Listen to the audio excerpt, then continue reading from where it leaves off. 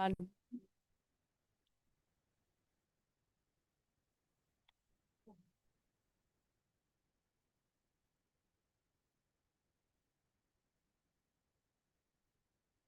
Hello, everyone, and welcome.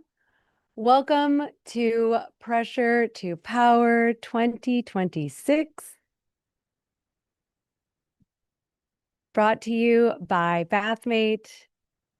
I am Caitlin V, sex coach, host of Good Sex on HBO Max, author of the upcoming book, Harder, Better, Longer, Stronger, and your guide for today. I've spent the last 10 years working closely with men through one-on-one coaching, developing 14 online courses, and sharing thousands of pieces of educational content on YouTube and across the internet. And I am so excited to see you here. I'm going to tell you more about me in just a minute, but first, I want to take a moment to celebrate the fact that you are here. I mean, really celebrate, because whatever brought you here matters. Maybe it feels like a really, really big deal. Maybe it feels more like just a small, annoying problem. But either way, it's worth addressing. Maybe you're tired of feeling like sex is a performance review. Maybe you're tired of bracing for the moment when your body doesn't cooperate. Maybe you and your partner are tired of this feeling of something in between you, or you're sick of feeling like you're letting them down. Let me say this plainly, and you're going to hear me say it a few times today. No matter what is going on for you, you are not broken. You're not defective, you're not alone, and you are not weak for wanting to address it. You are here because pressure has been running the show, and you're ready to take your power back. Here's what you can count on from us. By the end of today, when pressure hits, you'll know exactly what to do so that you can stay present instead of spiraling. You will be able to communicate about sex without killing the mood, so you can get support instead of silence. You'll have a simple way to diagnose what's actually going on, so you'll know whether it's stress, mindset, connection, conditioning, or actual body mechanics. You'll learn how to spot the exact moment that pressure takes over and interrupt it before it hijacks your erection, your stamina, or your confidence. Bottom line, you'll walk away knowing exactly what's true, what's myth, and what's fixable. So you can stop treating this like a personal failure and start treating it like a solvable human problem. And all of that is built on one simple premise, the foundation behind all of my work and this whole summit, and that is men are people, not machines. I know at first that sounds obvious, but sit with it for a second, because I think you'll see that most of us don't treat that as obvious. Society tells you as a man that you're supposed to be able to get it up, keep it up, and get it off in perfect time. Pop culture tells men that they're supposed to always want sex, always be having sex, and always know exactly what to do in bed. Advertising tells men that they are supposed to keep their problems to themselves, never complain, and never experience any issue that can't be solved with a pill. That is not a human standard. That is a machine standard. And when sex is measured by a machine standard, pressure goes up, presence goes down, and sometimes connection gets replaced by evaluation. Sometimes you're not even really being present with your partner because you're managing optics. And that's why today isn't about trying harder. Because if you've been trying to fix this by efforting more through more willpower, more performance, more pressure, you're probably exhausted. Because that might get you through a night here and there, but it will not build the kind of durable confidence that you can actually rely on. Now, I promised you some additional context on who I am and what we're going to do here together. I am, at my core, a sex nerd. I've been obsessed with learning everything I could about sex ever since I was a kid.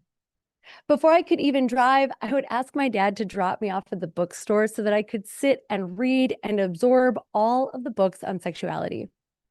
I knew even back then that helping people to experience more pleasure is what I came here to do. I went on to get a master's degree in public health, and I even started on my doctorate. I'm a published sexual health researcher, former policy analyst, and a certified sex educator.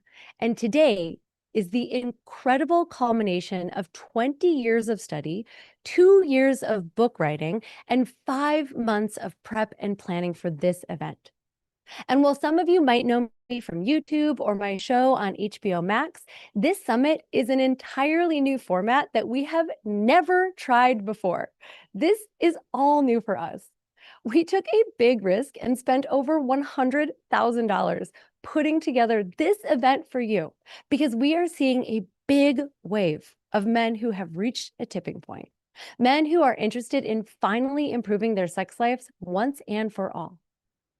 Now, this summit is entirely free for a reason. That's because I want to reach more people and inform them of all of the great resources that we have available. Because ever since I was a teenager, I've had a very simple life mission: to get quality, pleasure-positive sexuality education into the hands of as many people as possible. You simply being here and absorbing just the free information is already helping me to continue to achieve my life's mission, and I thank you for that. And for the guys here who want more than that, I will share other ways that you can access the resources that I've created. And to say thank you for attending today, I'm going to give everyone a huge 50% off discount on all of my courses. We have never discounted them this low before, and this is only for folks attending the summit. I'll give you that discount code towards the end after my keynote presentation. And I'll send it to you via email, okay? Just so you know, if you have to miss the keynote, we'll make sure that you get the code so that you can get any courses that you want. But I want to be clear that even though I'm offering you courses and coaching, we are not gatekeeping anything here. Every single one of these talks is a complete talk from incredible world-class experts. And I am so confident that once you really understand how great your sex life can be, and that there is more out there than just a little blue pill, that you are going to want more of what I have to offer, and you are going to want me to be your guide in your erotic awakening.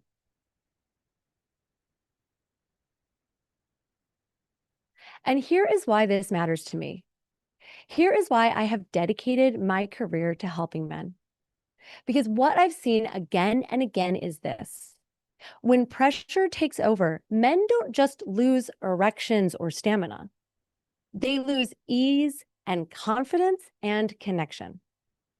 Through all of my experience, I have come to believe something very deeply, and that is that men deserve better. They deserve to have their hearts and their minds and their spirits present in their bedrooms along with their bodies. They deserve to exist without constant evaluation and pressure to perform. Because when that shifts, when a man turns pressure into power, he gets to come back to himself. He gets his ease back, he gets his confidence back. And for most men, when that happens, their sex life starts improving fast because they stop fighting themselves, and because that's what they're built for. That's what we're all built for.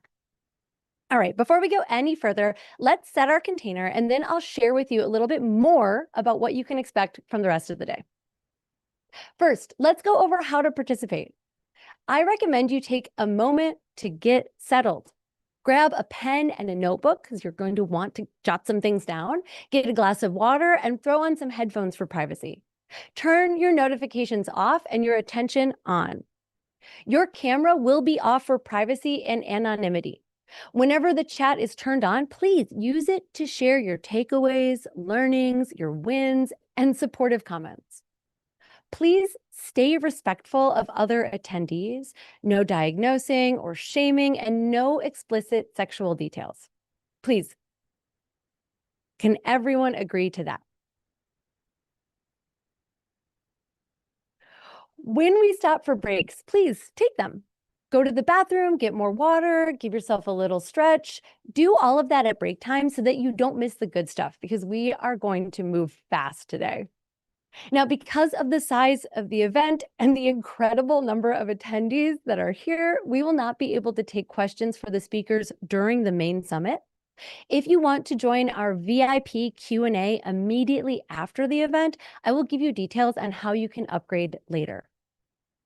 Now, we have an incredible support team working behind the scenes here today. If you experience any difficulties along the way, you can email support@caitlinvneal.com for help, and they will be answering you as quickly as possible. If your tech glitches, I recommend that you close Zoom and rejoin. And if that doesn't fix it, try restarting your device. Captions and translation are available. At the bottom of Zoom, look for CC or live transcript, and you can turn on captions there. If you see a little arrow next to it, that is where you can choose your language. Oh, and reminder that even though we will be talking about health today, none of this is medical advice. It's not meant to take the place of medical advice. So please consult with your doctor or your healthcare provider before you make any changes to your routine. All right, that's it for housekeeping. And with that, are you ready?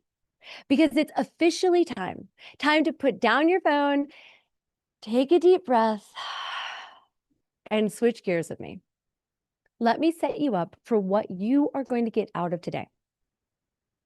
If you get absolutely nothing else from today, the thing that I want you to remember, the thing that I want you to take to heart is that pressure doesn't mean you're failing. It means that something needs attention.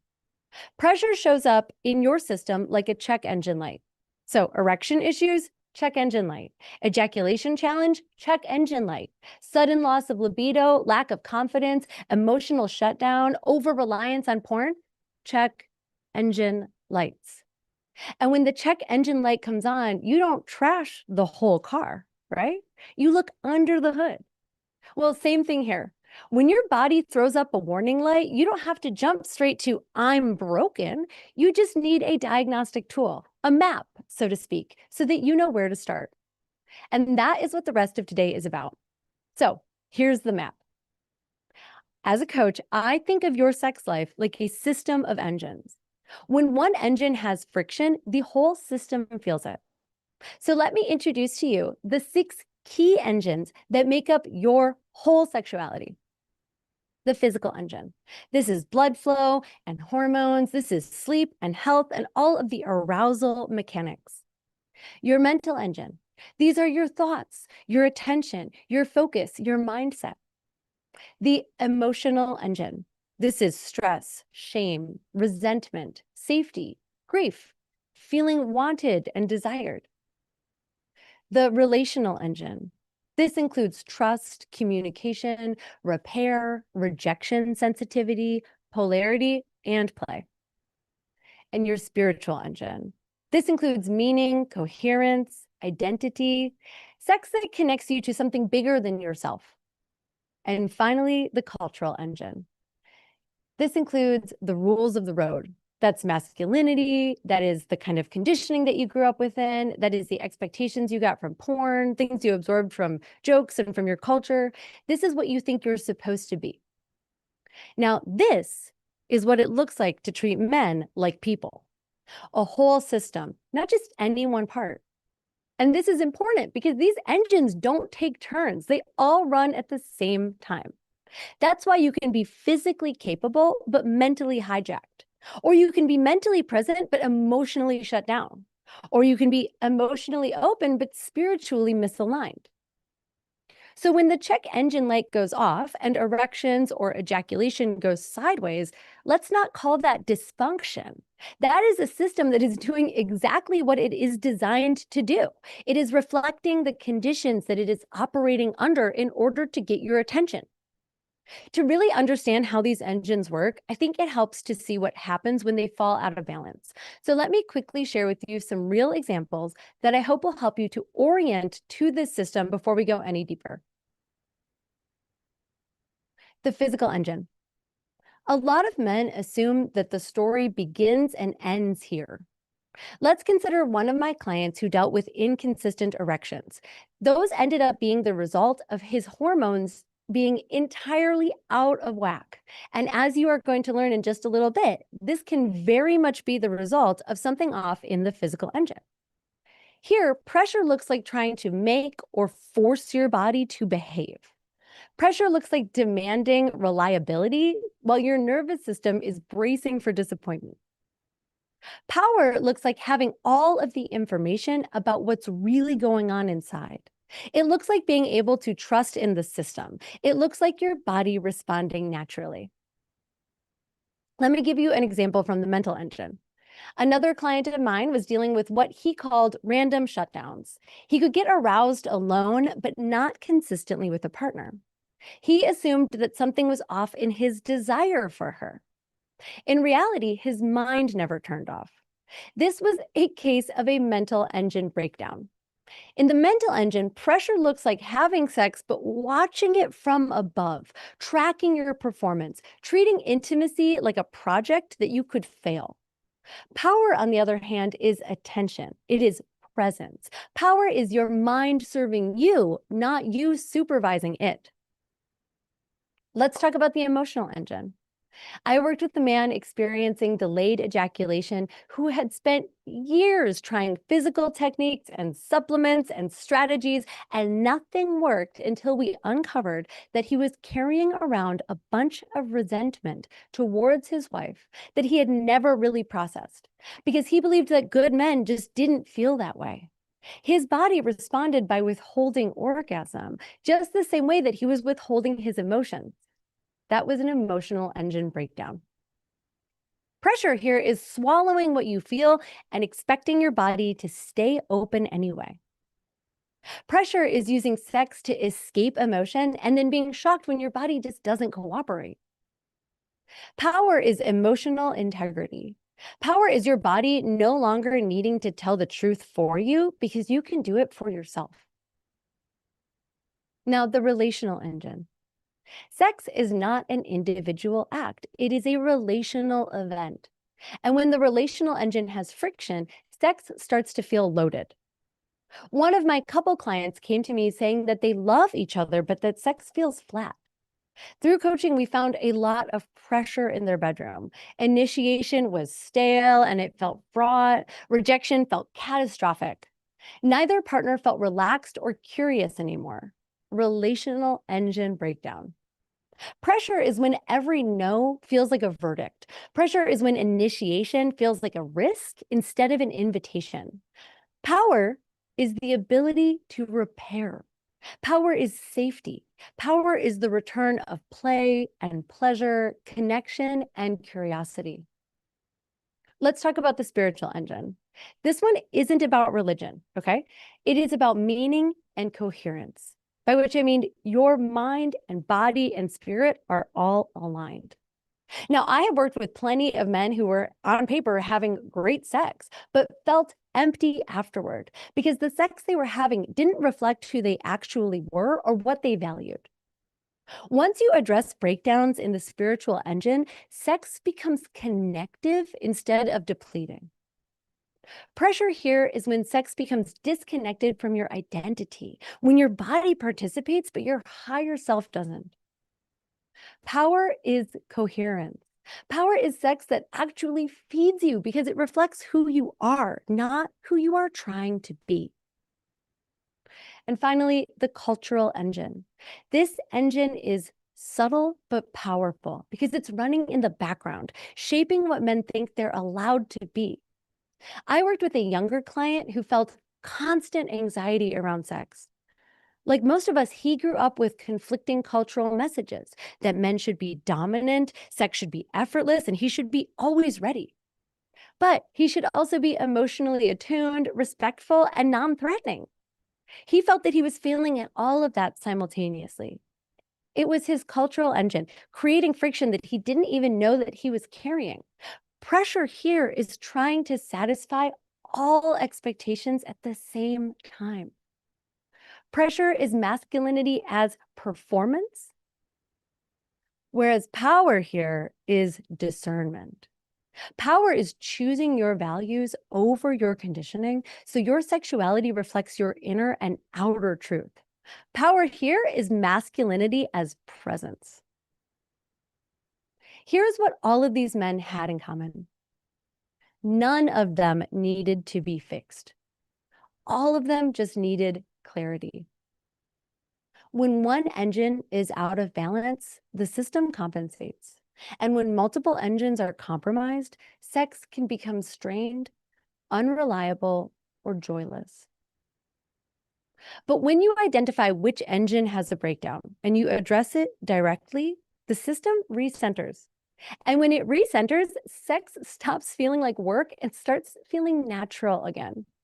No force, no shame, no trial and error, just information that leads to understanding. And this is where pressure to power comes in. Because once you can see the pressure and understand where it's coming from, you can do more than just make it go away. You can transform it.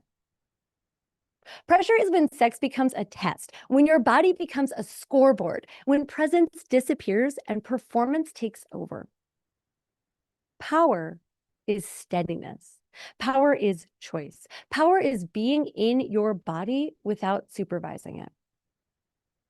All right, I want to hear from you. I'm going to put up our first poll, and we are going to use these throughout the day. So please, everybody, let's practice answering the poll now. You should get it as a pop-up on your screen with the question, which engine needs the most attention from you today? Your options here are physical, mental, emotional, relational, spiritual, or cultural. I'm going to give everybody about 30 seconds to vote, and I would love to see 100% participation. Now, don't think too hard about it. Your answer might be the engine that you default to, the one that you try to run everything through and fix everything with. Or maybe it's the one that you ignore the most. Just go with your gut. Don't overthink it. Pick the first answer that comes to your mind. We're at 70% participation. I'll give you about 15 more seconds to vote. Which engine is it?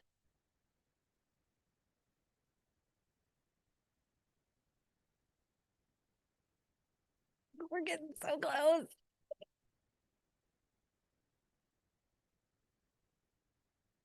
Okay. I'll give you a few more seconds to vote, but we have a clear winner already, and I am very excited to see this. Of those who have voted, 36% selected the mental engine. It looks like after that, after that, the relational engine, and following that, physical and emotional are tied. All right. Great job, everyone. Thank you so much for responding. And if you didn't get a chance to respond, you walked away from your computer, no problem at all. We are going to be doing these polls throughout the day because I really want to hear from you. So thank you so much. And if you didn't get a chance, there's going to be more in the future. Amazing. All right. Now we are really going to start turning pressure into power, one engine at a time. Each speaker that you are going to hear from today is a specialist in one of these engines: physical, mental, emotional, relational, spiritual, and cultural. On their own, each perspective is valuable, but together they form something much more powerful: a complete, functional model of male sexuality. So as you listen, I want you to do something very simple. I want you to notice which engine they're speaking to and what messages really land with you. Notice where you feel relief, that big sense of, because relief is a signal. Also, notice where you feel resistance, like a yikes, because resistance is also a signal. These are not random responses. This is information. And by the end of the summit, you are going to be able to locate yourself inside of the system. You're going to know what's driving the pressure, and you're going to know what to do about it first.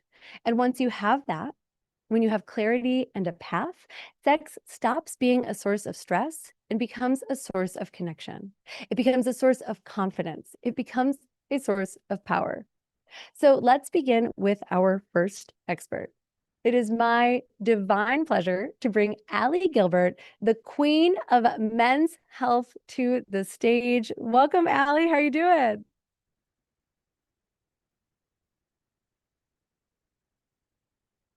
Hello, how are you? Hi, thank you so much for joining us today. I cannot wait to hear your wisdom, and I will let you take it from here. I'm so pumped to be here. Oh, thank you, Caitlin. Hello, everybody. I am super pumped to get into it, talk about the physical engine. So, for the slides, get started. All right. So, if your body's leaking power, does that have to do with physical presence? I personally think that it is one of the leading variables behind money, sex, and authority for men. And honestly, one of the fastest ways to spot declining standards is to look at the body. You guys all know when you walk into a room and you are disciplined, you're put together, you look the part, you basically command the room without saying a word. We all know what it's like when somebody who is fit, who is healthy, they walk into the room and all the eyes go to that person. And it's just this respect that happens without the person having to say anything.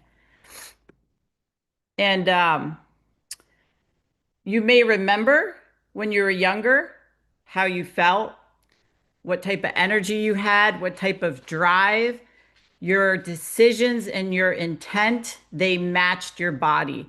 And sometimes that doesn't always appear to be the case as guys get older. A lot of men that I speak with want to feel and look the way that they did 10, 15, 20, 30 years ago. They want to feel youthful. They want to have that energy, that drive, that vitality, but you did not lose him. You just outgrew the system that built him. And quite often we go back and revert to things that used to work, ways to train, ways to eat, things that worked for us long ago, but all of a sudden, maybe we're over 35 or over 40, all of a sudden it does not work the same.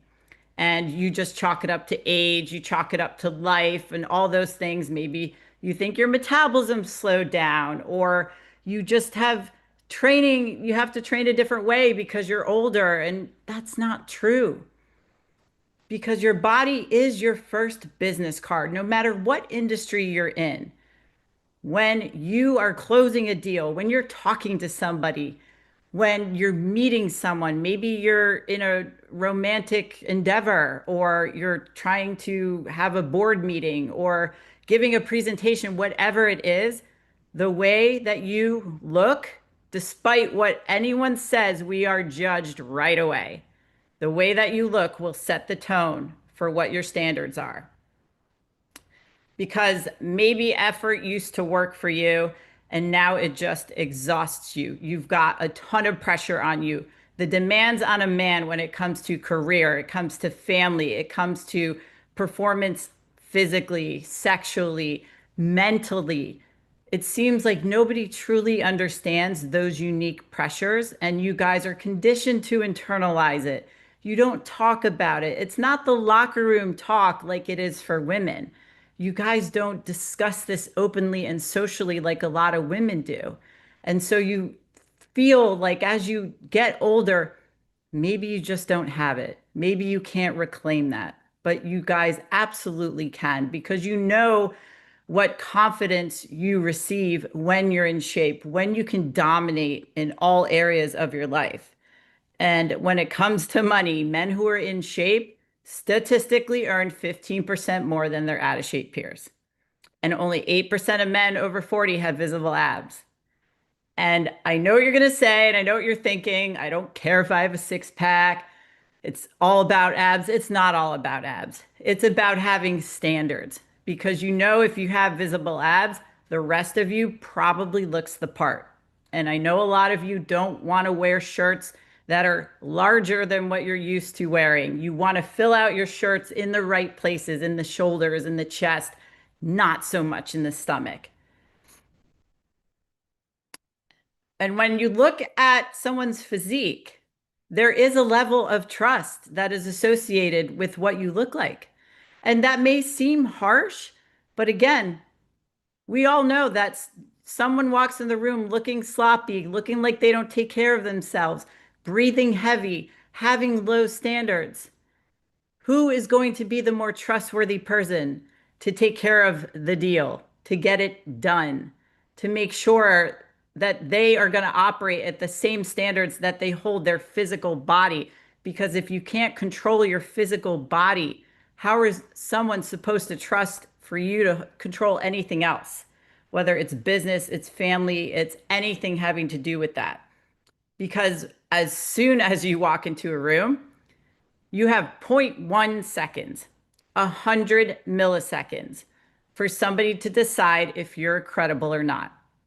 So if you walk in tired, weak, looking just drawn out, soft, low standards, that's the tone that you're setting. And if your belly enters the room before you do, you've already lost credibility. And think about that.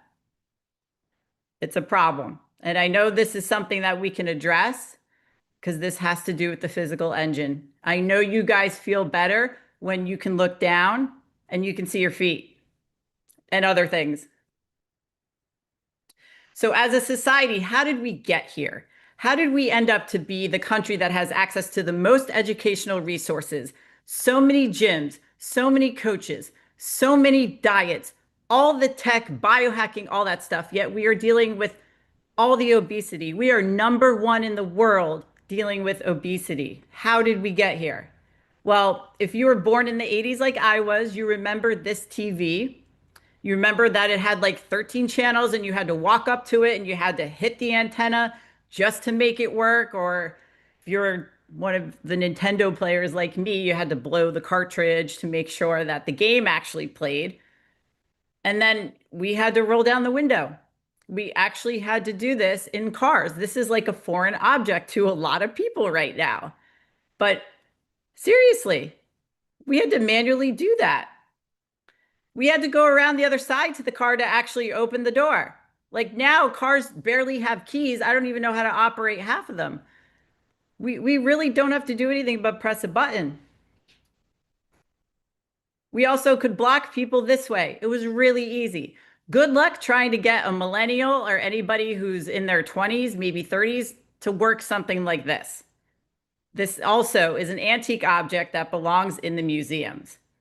We even had to stalk people physically. Like I would hang out outside a guy's house under the bush. What's he doing? Oh, where's he going? And now we can just sit behind a computer and stalk whoever we want as deep as we want. We don't have to get up from our chair. And now we can just sit in one spot, order food or order alcohol, order a wife, sex toys, whatever you want, it can come directly to you. We do not have to move as a society anymore. You literally can plant yourself in diapers on a couch and have everything come to you at your convenience, and we don't have to lift a finger. And that is a big problem. We track steps now. We didn't track steps 20, 30 years ago. If we did, people would think that's weird. Like, think about that. We're now glorifying natural human movement as an achievement. When you think of the concept, it just sounds so bizarre, right? But now the new CEO flex for guys is having a six pack because the toys don't matter as much. Think about how hard it is to develop a body. You can buy the Rolex, you can buy the cars, but you can't buy physical presence. And for all my car nerds out there, because I love cars, the Bugatti La Voiture Noire, $18 million one, there's only a few of them on Earth. Beautiful. So you can have all those toys. We all know this guy. Who remembers when Amazon just sold books? Like I remember that. Jeff Bezos, he looks a little bit different now. I gotta say, those khakis, they do make me wet. I love pleated khakis on a man. No, I'm totally kidding. But he looks a little different, right? So I did a reel on that. And these were all the comments on this reel. TRT, steroids, trend. I mean, if he's on trend, he'd look way different, but money, he can have chefs, he can have all this stuff. Listen, fitness is free. You don't need money to look fit. You don't need all the resources that Jeff Bezos has. And guess what? Even if you're on TRT, does not mean you're going to look like the way that you want to. Doesn't mean you're going to have abs overnight. A lot of guys wish, trust me. So even Strauss Zelnick, he's in his 60s now. The dude is shredded. A lot of these CEOs are now setting the standard because this bleeds into business. This bleeds into your relationships. When you have the confidence because you have the body and you look the part, this is going to affect every single area of your life. A-Rod, he's now 50, wants to look the part. He speaks on stage, runs a corporation. Mark Zuckerberg, he even has abs now. He's doing fighting, martial arts. Like he's also taking his health into serious consideration. But then everyone always says, well, yeah, we'll look at Elon, and Elon has millions and billions of dollars and blah, blah, blah. And I'm like, cool. Well, you're not Elon. And Elon uses his physique for other projects. But you guys are not Elon. So don't give me that. I'm done with that. And someone made a deadlift ETF that shows CEOs who lift weights or do fight sports actually make more money. It literally outperforms the S&P 500 by 140%. So this is not just my opinion, guys. This is literally has been researched and is setting the standard. But I know what happens with a lot of men. They say kids, they say stress, workload, sleep, alcohol. They just don't have the accountability. They think I used to look like an athlete, and you're telling football stories from however long ago, and you knew you had it in you, and you feel like you just can't get it back, but you can. It is still in you. You're just conditioned again to not ask for help, to think that you can do this alone, to think that you know your way around the gym. Well, guess what? Many people who are professional athletes, professional bodybuilders, all have coaches for a reason. And it's not just a workout program and here's some macros. It's in your entire life. This is your life. This is your health. You cannot just put family and friends and kids and everybody first for eternity. There's a reason they tell you to put your oxygen masks on first. You have to take care of yourselves because you guys build the business, you build everything around you. You put so much into everybody else and then you neglect yourselves. And then you end up fighting the battle with health issues, and you don't want to end up like that. But you might go to a doctor who says, hey, your testosterone's normal. And normal doesn't mean shit. Normal just means you fall into this range of everybody who's averaged in America, and that is suboptimal for how men should be now. You may not be functioning optimally as a man, and testosterone can contribute to that. It doesn't do everything, but it can be a contributing factor. But so many guys are being told that everything's normal and they're fine. But nearly 40 to 50% of men over 40 have clinically low or suboptimal testosterone. And this is not what it was like with our fathers and grandfathers. This is not the norm. Don't settle for normal. You want to feel more optimal. But a lot of men will internalize. They don't have close friends. They feel isolated. Maybe they're entrepreneurs and they don't talk to a lot of people about this. The same symptoms of low testosterone are very similar to depression. And then you may be handed an antidepressant or you may be handed other pharmaceuticals, but you might need testosterone because replacing testosterone is the epitome of what testosterone replacement is. It's replacing where you already biologically should be. It's a big part of how men operate. And sexual performance is a big part of that. Testosterone is not the sole reason men deal with libido issues or performance issues, but it can be a contributing factor. Stress is also a big part of that. Caitlin mentioned that. And the analogy that I like to use for a lot of guys is a gym analogy. So picture yourself in the squat rack. You are lifting an incredibly heavy weight. Maybe you're doing 1 to 3 reps. You're coming out of the hole, you're straining, your eyes are bulging, you might shit your pants. You're like, oh my God, oh my God. Do you really think you could pop a boner like right then and there? Probably not. If anybody out there can pop a boner like mid 1RM squat, please let me know. But that is the impact that stress has on your body. And that is very similar for emotional stress, mental stress, and everything. And again, this is what normal is. All these labs have decreased this reference range because men are showing up lower and lower. This is not something to settle for. You don't want to settle for feeling normal. You want your testosterone to be higher, on the high end or even higher. That's where you feel your best. And that's what conditions you guys to be able to operate and be decisive and take action and getting in the gym and having that discipline. Because you'll have more self-trust if you're disciplined in the gym and you are able to show up not only for yourselves, for your family, for your children, and for your business, because all of this goes into reclaiming your power. All of this is a huge contributing factor. Men need this type of thing to be able to operate at their best. And it's the model for your children because they don't listen to what you say, they watch what you tolerate. And one day your child's going to look in the mirror and they're going to say, this physique is normal because you did it first. They don't want a father who is going to operate at his least best. You want to be the model, you want to look the part, you want them in the gym with you, you want them trying to emulate you, doing the exercises that you do. So you guys have to realize this fear, it's not dying. It's settling for feeling fine. It's settling for looking okay.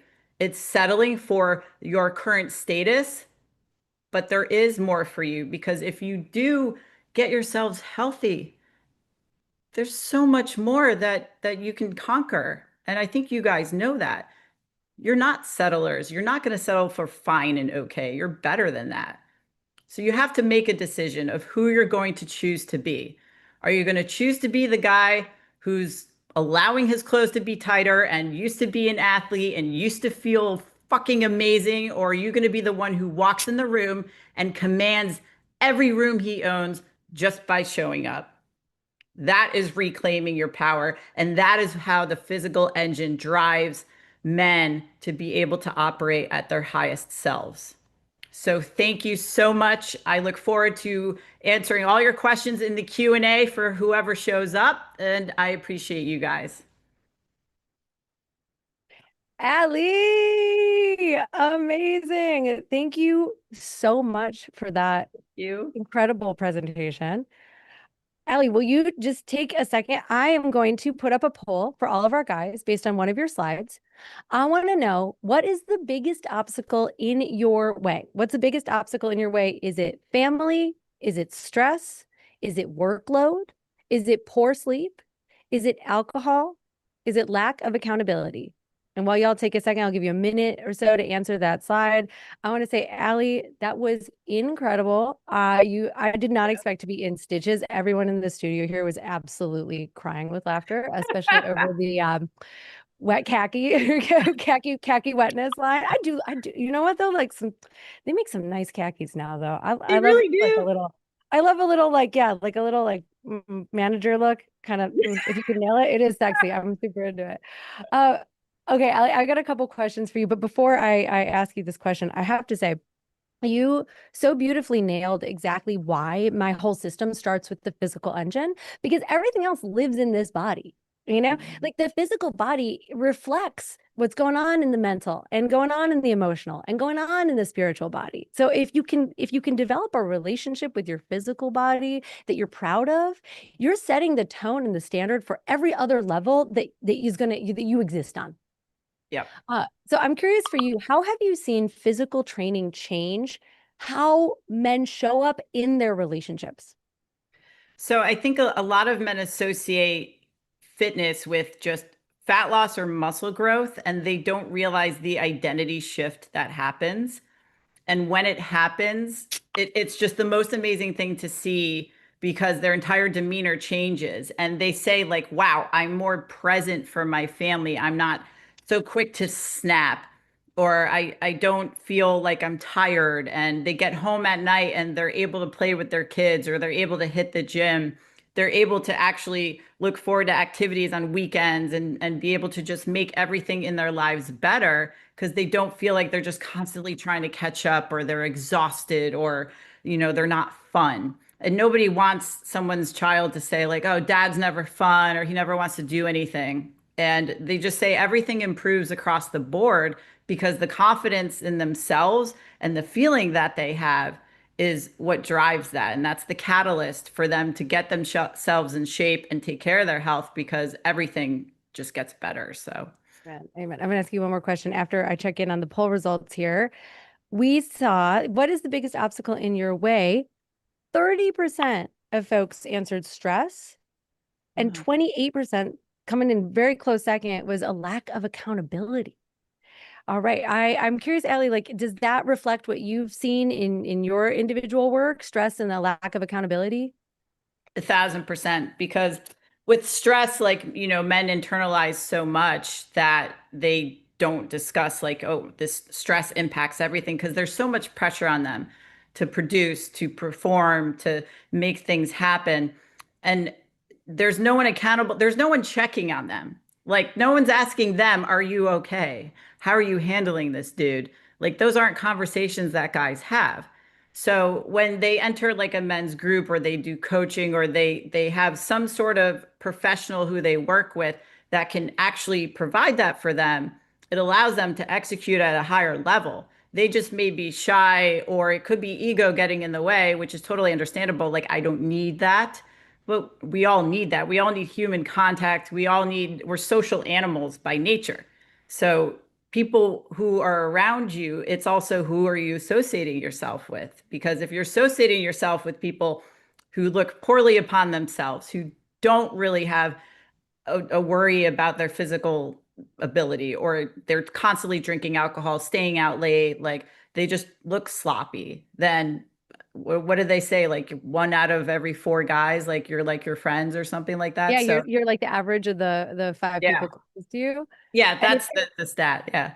And I would imagine, like, if the five people closest to you are also stressed and also not accountable, then that's going to be normalized. That's going to be sort of like what you accept from yourself as well.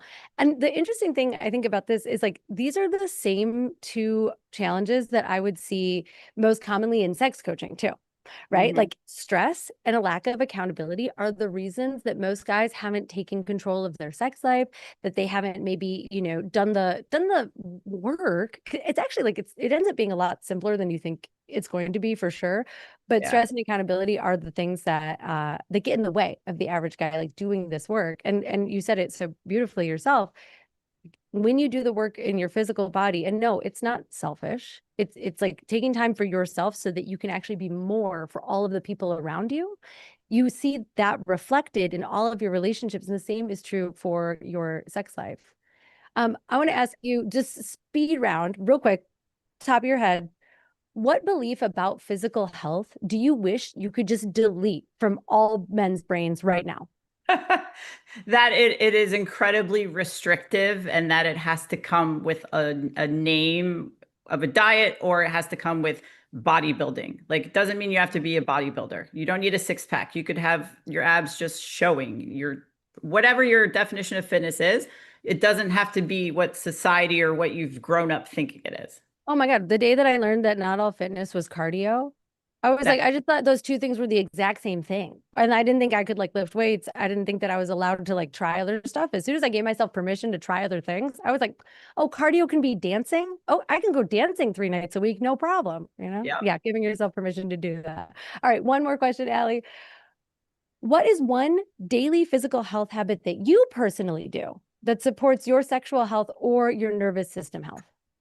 I constantly, like, if I don't get my walks in during the day, then I am cranky bitch. So I've got two golden retrievers who need a lot of exercise. So I make sure that I take them for at least 2 walks a day at minimum on a busy work day. But you have to get outside and just get moving because that's also like a meditation time and it calms me down. And I Amen. think whatever that is for somebody to find that because that time by yourself in your own thoughts is crucial. Amen. Walks will do more for your sex life than you could Oh imagine. yeah. All right, amazing. Thank you, Allie, so much. We'll see you at the VIP. Yep. Guys, in the chat, please write if you are willing to choose one new physical habit, just one this month, please type one habit in the chat.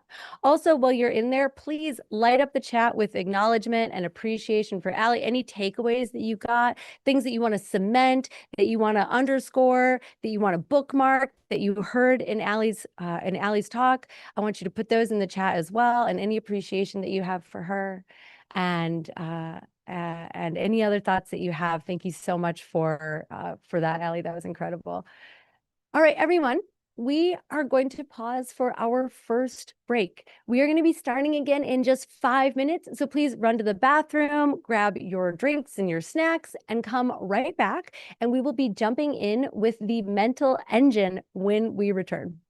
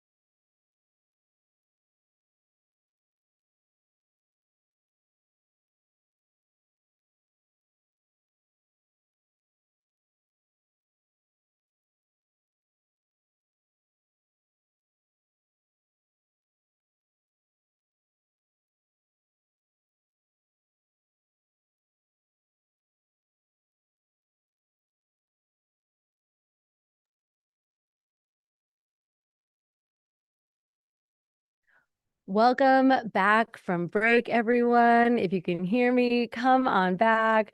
Thank you so much for lighting up the chat. It was so good to see your takeaways and your thoughts and what y'all are dealing with. And please continue to do that. We'll turn off the chat so that everybody can pay attention while the speakers are speaking. But I love seeing you and your comments and just like feeling your energy here. So thank you so much for that. All right, here's what I want you to take away from that last section. A shift in your energy or your erection quality or your desire is not a verdict, okay? It's just feedback. But without context, it's very easy to assume the worst, and that assumption can create more damage than the symptom itself. Once you understand how your physical engine actually works, how sleep and stress and hormones and recovery are all connected, the guessing can stop. And when the guessing stops, so does a lot of the anxiety. And that is what my book walks you through. It's not theory, it is just a clear way to read what your body is telling you so that you can respond to it instead of react to it. All right, is everybody ready and back and prepared to dive right back in? Because you are not going to want to miss a minute of our next presenter. It is an honor to have Dave Lee with us today. Dave is one of the world's leading experts on testosterone. As soon as I saw a video of a keynote presentation that he gave, I was like, we have to have Dave on this summit. I have to have Dave talk to these guys about testosterone. He understands it in a way that nobody else does. He explains it in a way that no one else can. Dave, thank you so much for being here with us today. I will let you take it from here. Thank you so much for having me. So let's get this going with these slides. Are we able to get the introduction slide pulled up? There we go. All right. So let me just check this navigation before we get going. Perfect. Okay. So thank you everyone for being here. Thank you all for your attention and taking time out of your day. I have previously done a 3-part lecture series at my friend Ellie Gilbert's Silverback Summit, who you just heard from before.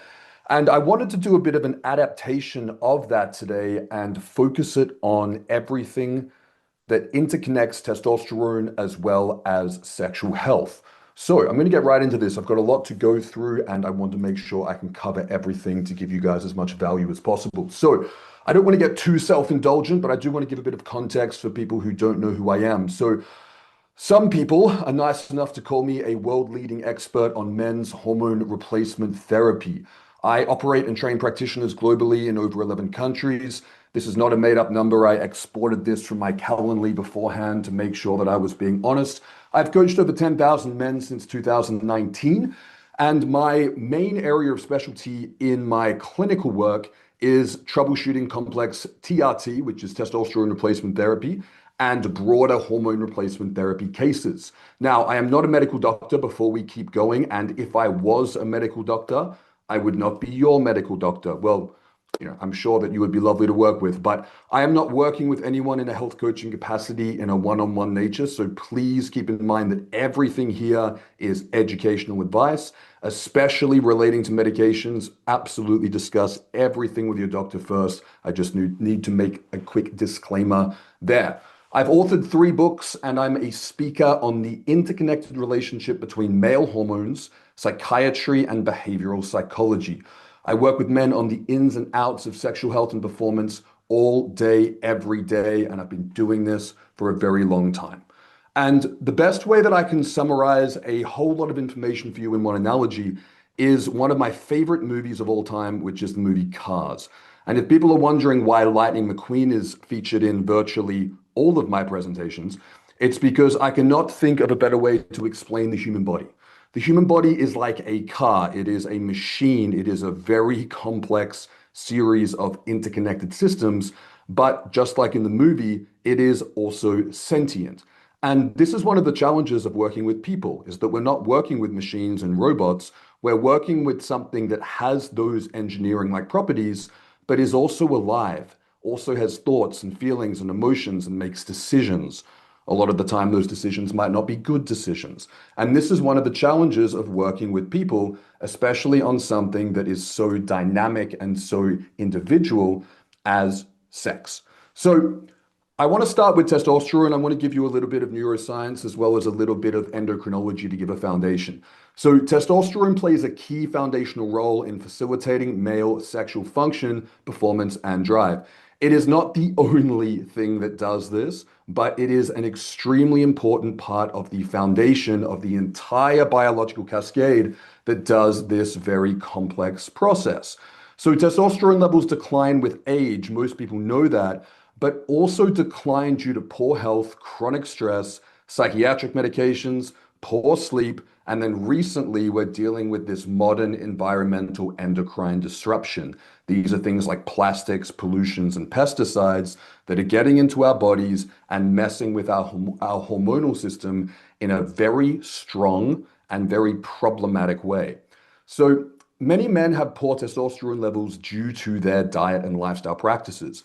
However, in this day and age, it's actually gotten to the point where even healthy men, even young healthy men coming up who are doing everything right, can still be having trouble with their hormones. And this is one of the underlying root causes of so many physical and mental health problems people are having, as well as sexual performance issues, as this is all tied together. So if we look a little bit deeper into the roles of testosterone in the body and the brain, testosterone is a biological buffer to cortisol and adrenaline. It is the thing that counteracts and buffers against the effect of stress. Now, in terms of the context around sexual health, is that sexual intimacy is a very vulnerable act. It is normal, it is healthy to get a little bit nervous and a little bit anxious around intimacy, especially with a new partner. This is part of being human. This is a feature, it's not a bug.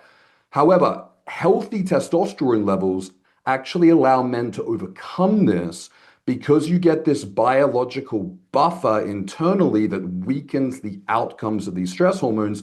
And it is also overruled with this sense of lust and confidence and raw physical attraction.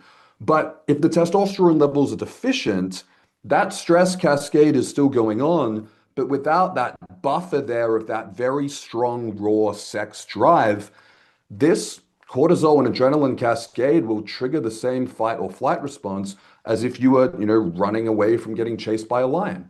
So what happens is you get blood flow away from your extremities, which includes the penis, and the blood goes back towards the vital organs to protect yourself. So again, feature, not a bug, but also not ideal in this circumstance. So it's quite difficult to determine if sexual dysfunction is psychosomatic. Psychosomatic means it starts in your head, but it has a real physical somatic response. But we can objectively determine if sexual dysfunction is biological. So this can be a process of elimination. And the question that I'd pose to people is like, if you're driving a car, let's say it's your car, and it keeps veering off the road to the right, would you take it to the mechanic and have them look at it? Or would you just assume that you're a terrible driver? I think in this instance, I would hope that you'd probably take it to the mechanic, especially if it kept pulling to the right. So a comprehensive blood evaluation from an expert provider can help you determine whether there are endocrine, metabolic, or stress-mediated biological factors which will impair things like blood flow, libido, sexual performance issues in a myriad of different pathways. So I want to look at this biological view of sex because this is an important foundation for the rest of the discussion. You can't hack your biology. I hate to burst the bubble of the biohackers, but the body's too smart to hack it. But you can work with it to optimize it. This is about having a high return on investment for the efforts that you're making with your health and your performance. So this is kind of what I think of as biohacking. So sex plays the biological role of reproduction, which is the bottom of the hierarchy in human biology. The top priority is survival. So I know for a lot of people, sex is the number one priority. It's the thing they're always thinking about. But from a biological standpoint, sex and reproducing is actually right at the bottom of this hierarchy of needs. Number one is keeping you alive. So when the body's under stress, it's going to conserve resources for surviving. And this is why stress is the number one killer of your sex drive. So I want to teach you what works. I want to teach you what's worth your time and your energy and your effort, and maybe also can rule out a couple of things that are a bit of a waste of time. So, Performance Anxiety 101. The best way to overcome performance anxiety is to put yourself on a winning streak. And the analogy I'm going to use here, and this would never happen, but let's say you've got two boxers, one who's won every fight he's been in, one who's lost every fight he's been in, and they're going to have a boxing match. I know who I'm betting my money on. Now, what's happening when they're walking out into the ring and the music's playing? They've got the butterflies in the stomach, they've got the anticipation. It's the same physical response, but one guy is associating that response with victory. The other guy is associating that response with humiliation and having his head caved in. But the physiological sensations are the same. So this can be the challenge when someone's had a series of erectile dysfunction events, especially if they felt very embarrassed by that, or maybe it led to a negative interaction in the relationship as a result, is that sense of excitement and, looking forward to, taking part in sexual intercourse is now replaced by a feeling of dread, because that feeling of anticipation is now associated internally with failure, with humiliation, with feeling like you're not able to be the man that you want to be. And this leads to avoidance, but this also leads to a vicious cycle, because now you're anxious about getting anxious about the thing, and then all of a sudden it's game over. So there's a really simple solution for this. And this sounds like it's a little bit of a dismissal of a real issue, but it's really not. And this is, I think, is the number one cue that everyone should look at, is delaying intimacy until there's a pair bond. Pair bonding is a very important process between men and women, and it removes this fear of rejection if erectile dysfunction occurs, because now the relationship actually has a real foundation to it. And the important part of this is that oxytocin is released when you are physically close to someone who makes you feel loved and safe. So if it's someone who maybe you're very attracted to but aren't really comfortable with, this is going to have a very different response on calming or not calming your nervous system. The thing that this can lead to, which I think is really important, because men are often worried that they're going to be embarrassed by bringing up that something's happened before, but many women will also hide their anxieties around intimacy as well, and their insecurities and their bad experiences. So not only can this open a dialogue where you can both get on the same page and actually have a deeper, more open act of intimacy, but you're also able to strengthen the pair bond, and this deeper emotional connection is actually, I hear at least, very good for a woman's libido as well. So I want to talk about Cialis. Cialis is probably the most popular dick pill. If it's not, it's number 2 behind Viagra, but it should be number 1. Cialis was developed as a successor to Viagra, very similar mechanism of action, borderline the same, I would argue, but lasts for much longer. It isn't impacted by alcohol or fatty food, and it allows you to basically have a more organic interaction with intimacy, because you're not waiting 2 hours for the Viagra to kick in and then you've got a few hours to get it done after that, which kind of kills the mood. So it's important to know that tadalafil, which is the generic name for Cialis, it doesn't increase drive and arousal, it increases blood flow. So you can think of it like a biological medical version of a cock ring. It doesn't create the erection, but it strengthens the erection once it already occurs. The reason why this can help with performance anxiety, because it actually isn't a direct treatment for this, but feeling a stronger, fuller, more engorged erection for a man will actually instill this feeling of confidence. It would be like that boxer landing a couple of punches and feeling like he's going to win the match. This can make a huge difference in making someone feel like they are doing well and they're not losing their erection, and therefore they are less likely going to trigger that stress cascade. So tadalafil is marketed to work for 36 hours. That's wishful thinking. This is nice marketing from the pharmaceutical industry. It really works for about 8 or so hours at peak, but it definitely lingers for longer than that, depending on the guy. A lot of the time, men are prescribed 5 milligrams a day of tadalafil. That's like drinking a light beer. If the goal is to get a buzz on, you need a bit more than that. I don't advocate for drinking alcohol, by the way, but that's just an analogy. 10 to 20 milligrams is what people want to be looking at. Up to 40 milligrams can be safe, but a lot of the time there'll be diminishing returns past a certain point. 10 to 20 milligrams is the dose that men should be discussing with their doctor to be effective, but not be overkill. Now, it will almost always give you a headache if you don't drink enough water. And one of the ways it can be used is that if that spark of intimacy has gone out because maybe the man's metabolic or stress health isn't as good as it could be in a relationship where the couple is cohabitating, using a low dose of tadalafil daily for a few months can bring spontaneous erections back into the relationship, and it can bring more confidence in from the male side to initiate, which will often be the spark that brings the relationship back to where it has been in the past. I want to segue straight into premature ejaculation because these are the two struggles that most men deal with and very few men are wanting to talk about. So I will lead the conversation. So one thing that is overlooked by virtually every profession in the medical health industry is pelvic floor muscle and posterior muscle dysfunction is a major culprit in premature ejaculation. If you have lower back pain, tight hips, weak core muscles, inactive glutes, there's a good chance that you have these overcompensating weak and tight pelvic floor muscles, which will lead to early and unsatisfying orgasms. The highest return on investment pathway in improving your sexual health performance is to strengthen the muscles that you use to engage in sexual intercourse. This will work much better than anything you can take as a pill or inject into your body. So I've put up some kind of strength markers that people should be working towards in this pathway. 2-minute plank, a bridge, a core bridge. Being able to lay on your back and do 100 body weight glute thrusts, thrusting your glutes into the air with your feet flat on the ground.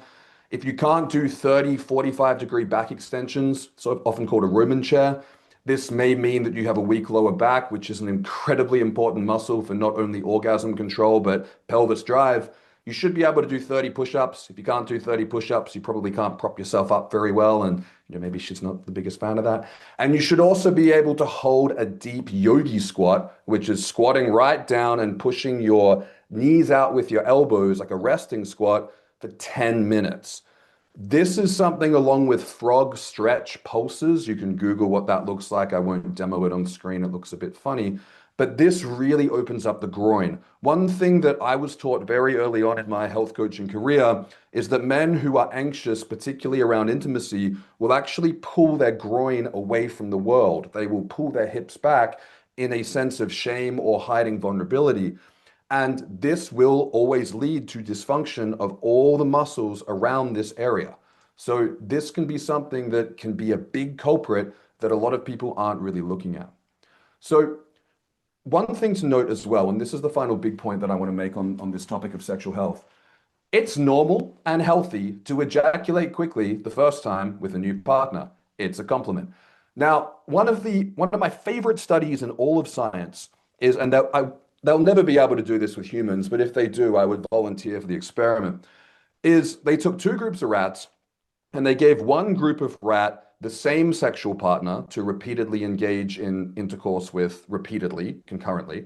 And then the other group of rats got a new sexual partner every time and they rotated out the female. I'd rather be in group two. I think that would be a very fun day. But what they found in this study is that the rats who had the same partner, the time to ejaculation increased. But when the rats were given the novel partner, even though they were having sex over and over again at the same cadence as the first group, their time to ejaculation stayed very, very fast. This is because the idea of sex, evolutionarily, biologically, depending on what you believe, is reproduction. So when there's a new partner at play, the goal is, biologically, to inseminate her as quickly as possible. So this is totally normal. Now, it's important that I'm really going to flag this because this is something I'm really passionate about. One of the reasons I dropped out of my master's in neuropsychiatry were my concerns of how a lot of antidepressant drugs were used. And a lot of the time, a doctor will prescribe a short-acting SSRI such as paroxetine to actually induce erectile dysfunction temporarily as a treatment for erectile dysfunction. This is like smashing yourself in the head with a brick to fall asleep when you're laying awake at night with your thoughts. It's a terrible treatment option. Do not use this drug.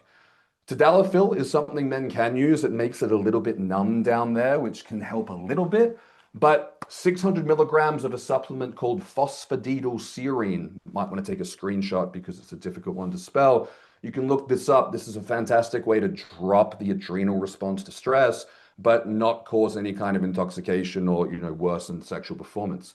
So the refractory period, this is the period after an orgasm when a man can't get another erection for a short period of time. This is normal. This is healthy. It's actually designed biologically, believe it or not, to create a pair bond after the male has potentially impregnated the female, so that during times of scarcity, back when we were living in, times when we didn't have all the modern luxuries, when survival was a lot more difficult, the idea was that this would cause the man to care about the partner and maybe stick around to make sure they both survived, the woman and the child. So this is, again, it's a feature, it's not a bug. The refractory period, the period after a man orgasms, is there so that you can form that pair bond in that relationship. And if this period lasts for a day or two, then there could be a problem that you want to look at. But taking a medication to fast track round two, rather than letting that occur organically in time, is something that might not be in your partner's best interest. So again, this is a feature, it's not a bug, and this pair bonding component is actually really important for the female side of drive and arousal. So I want to wrap up today with nutrition and body fat, because these are always overlooked when it comes to sexual health. If your body is physically unhealthy, just like Lightning McQueen before, you will not have good physical health. You will not have good mental health. You will not have good sexual health, because the vessel that you are inhabiting is sick. So if you want to facilitate this system working as well as possible, you need to build these nutrients into the body and into the diet so that you can make hormones. So these are cholesterol, vitamin A, E, D, K, and amino acids. And this is something that's really going to allow you to have a good, strong foundation for your hormonal system. The number one intervention in improving your sexual health that you can do today is reducing body fat. Number two is eliminating alcohol. So, final points to summarize. A healthy penis requires healthy blood flow to the extremities. This means optimizing your cardiovascular fitness. Healthy heart means healthy penis. The body and the mind are interconnected. Your sexual and mental health will not be optimal if your physical health is suboptimal. This is a delusion. Undersleeping, chronic pain, postural issues, psychological anxiety, malnutrition, and a lack of sunlight will all lead to poor sexual outcomes. And a lot of the time, it's a little bit of all of them combined. So focus on sexual health as a symptom, not a cause. Optimize the upstream variables and let the rest take care of itself. So the final point, nothing will kill your erection faster than worrying about losing your erection. So get out of your head, get into the physical body, and be present in your intimacy. And that is the best quick tip that I can give for you today. So thank you all for listening. And I believe we'll be doing some quick questions if there's time. Dave, thank you so much. I know I speak for everyone when I say that that was powerful, practical, and also just intensely interesting. I just so appreciate the way that you put words to these concepts that are really tricky. I want to put up another poll for everyone here. I want to know, I'm giving you a couple options here. I want to know if your testosterone, based on either testing or guessing, is great or lowish. Do you think, based on either guessing or testing, that you've got great high testosterone in the range that you want it to be, or based on either guessing or testing, that your testosterone is on the lower end? Or if you don't have any idea or you feel that you can't make a guess, no problem. Select that. Again, aiming for 100% participation. Thank you so much for answering the poll.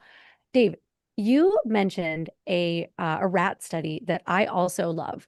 And I wanted to know if you've heard of a different rat study where they built a container for rats where the female rat could get through to a little compartment that the male rat couldn't get to. And what they found is that during intercourse, the female rat was able to tell when the male rat was going to ejaculate, and she would dip into the other side of their cage to give him a second to cool off, and then she would come back. She would like actually prolong sex. Isn't that wild? That's fascinating. I haven't heard that. That's remarkable that a rodent with that small of a brain is able to be that connected with sexual desire. That's very interesting. I think that's so rad. The other piece that I have to like underscore 1,000 times from your presentation, because for those of you who don't know, I really focus on premature ejaculation and a lot of my work. I have a course on it called Come When You Want. It's a big part of what I do. And the winning streak that you described and the importance of like of not just doing the mindset work and doing the like internal work to check your assumptions and check the stories that you're telling about yourself, but also putting yourself so that you can see the evidence of the work that you're doing, right? So I'm curious for you, what is one thought pattern that you see in guys or that you hear over and over that you think really wrecks confidence? That's a good question. I would, it's difficult for me to say for everyone, but it's something that I talk about a lot, but I'm definitely favoring my own personal bias and personal experience here because I think the vast majority of men have experienced this at some point in their life, whether they talk about it or not. And it's a feeling that if you're unable to maintain and achieve an erection in any given circumstance, that you have somehow failed and therefore you have no value. And I think that the biggest fear that a lot of guys have is that they're going to be humiliated, they're going to be embarrassed, and the girl's going to lose interest in them. And that's why it's problematic that even the more attracted you can be to her and the more you like her, then the more stage fright and nervousness there can be because you feel like there's so much more riding on that outcome. So I think that's one of the biggest killers of an erection is putting that much stress on something that is completely defeated by stress. It's quite ironic. 1,000%. And you know, your advice of waiting until there is a pair bond, like a stable, safe relationship. And by the way, I can speak for at least one woman, and I'm pretty sure I can speak for more than just me, that when a man says like, I want to wait until we have safety between us, until we have had a chance to communicate about this vulnerable stuff before we jump in bed together. I've had partners say, and I've heard from women too, like, I don't want to start jacking up my neurochemistry and like really, really falling and bonding with you until I know for sure that that's what we both want. And so we got to wait to start, you know, putting our bodies together in that way, because I want to make sure that we're building on solid ground. Fire. Let's return. Let's have a look at the poll results. Thank you everybody for responding. Okay. I gotta do some quick mental math here. Okay, so it looks like, first of all, definitely on the lowish end, both for I've tested and I'm guessing. It looks like the most common response was I'm guessing, meaning that I haven't gotten it tested, and I think that my testosterone is low.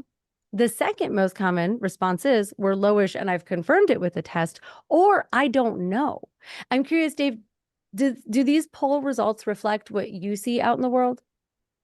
100%.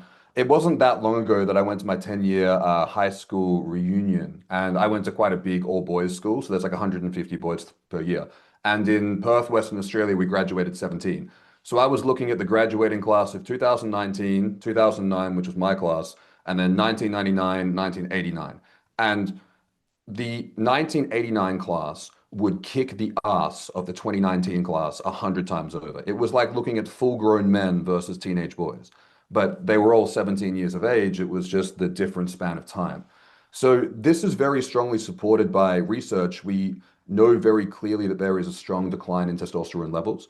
And I think now that more people are aware of testosterone or even TRT, because back when I started doing this, no one even knew what it was. It's been amazing to see it kind of blow up and become a household name. But I think a lot of people are joining the dots to think that, hey, maybe the reason why I don't feel as good as maybe I could and that I should in my mind or in my body is because there could be something wrong with my hormones. And sometimes, those are inflicted. They're because people aren't taking care of themselves well and it's damaging their endocrine system. But I think a lot of people know that in this day and age, we definitely don't have a surplus of testosterone in men in the world.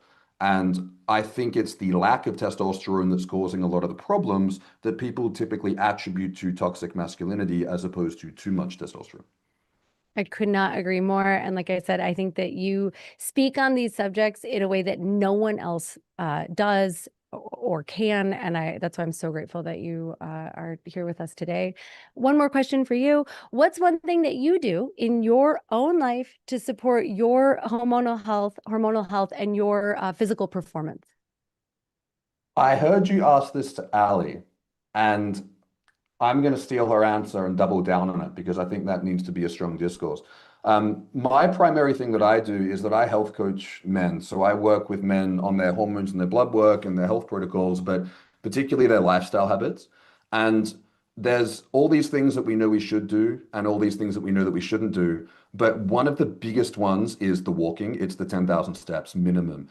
And it's you're hitting multiple birds with one stone, but especially for people who are so sedentary in this seated position on a chair all the time, not only are you killing the muscles that actually are required to, create blood flow to the penis, but you're completely changing your postural structure, which is so important for how you feel, how you look, how you perform, as well as this, low level exercise, this, cardiovascular health, sunlight, everything in between. So walking, like if people set themselves a challenge, if you're walking less than 5,000 steps a day to hit 10K steps every day for 30 days straight, you will feel so much better. And it makes the biggest difference, and it's free, and virtually everyone can do it. So that's a non-negotiable. Thank you so much, Dave. Thank you again for that incredible presentation. Everyone, please go into the chat and light it up. I want your wins, your insights, your takeaways, what you learned. And if you have ever felt like your brain was your worst enemy in bed, go to the chat and type brain in the chat. I want you all to see, A, you're not alone, and B, it's really common for your brain to be involved in getting in the way. The last slide was exactly it. There's nothing that kills a boner faster than worrying about losing your boner. So brilliant. So well said. Thank you again. Thank you very much. All right, everyone, it is my divine pleasure to introduce to you a very good friend of mine and a mentor. I'm welcoming Susan Bratton to the stage. I bet that many of you will know and recognize her because she is one of the leading experts on sexuality on the internet and beyond. And she is here to share a special message with you all. So, Susan, please take it away. Good morning, Precious. How are you? It's so good to be here. And hello, everyone. I probably know a lot of you, and I'm happy to meet the rest of you. I'll be on later today talking about seduction, how to seduce your lover toward more pleasure. This is one of the key areas where guys get tripped up because of the partner's mind. And I can't wait to tell you about that. Also, Dave was talking a lot about blood flow, especially for erectile function in the male body. I'm going to be talking about blood flow to female genitals and give you some really interesting insights for that. And then I'm going to talk more about how to have your sex life keep getting better over time.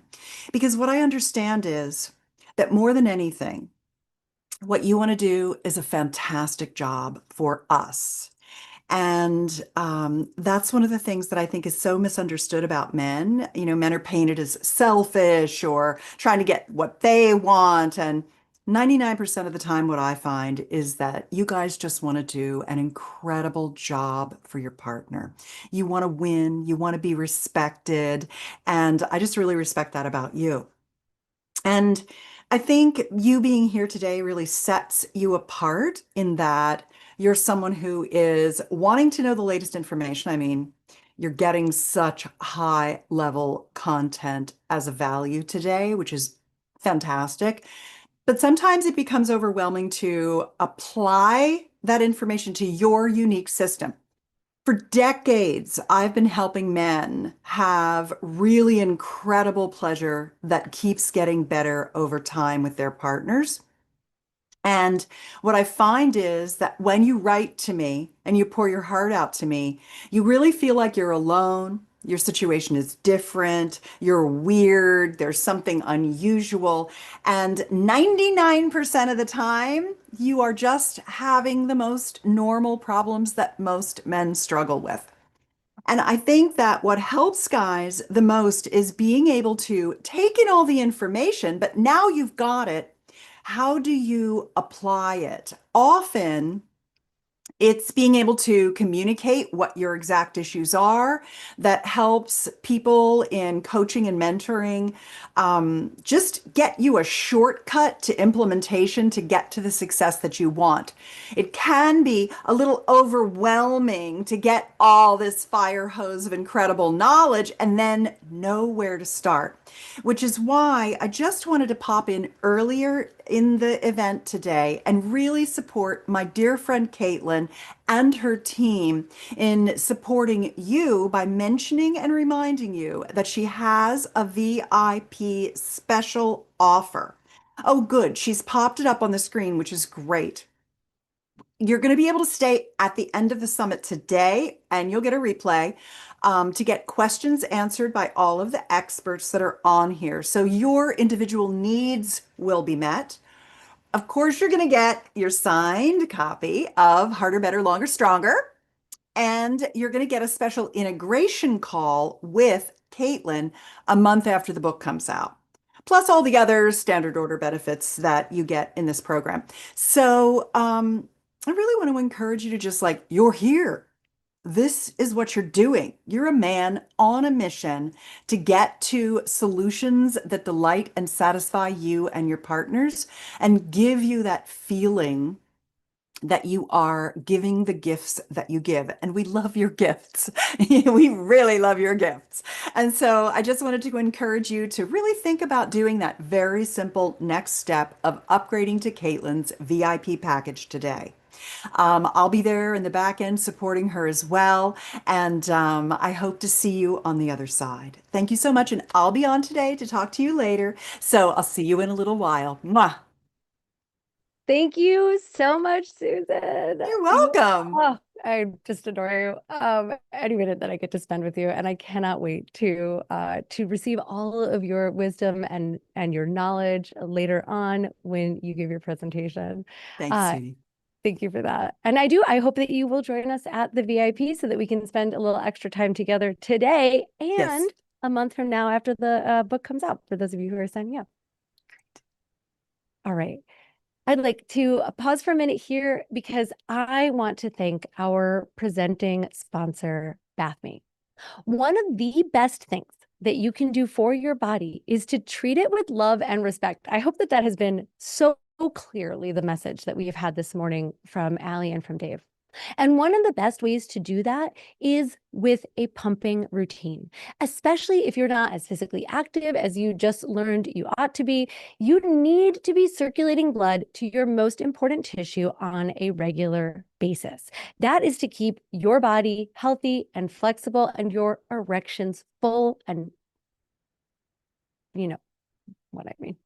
BathMate does that and also offers some other benefits as well, which I am going to share more about later in the form of a couple client testimonials. So please check them out. And thank you again, BathMate, so much. It's such a pleasure to work with you. I'm so proud to support your products.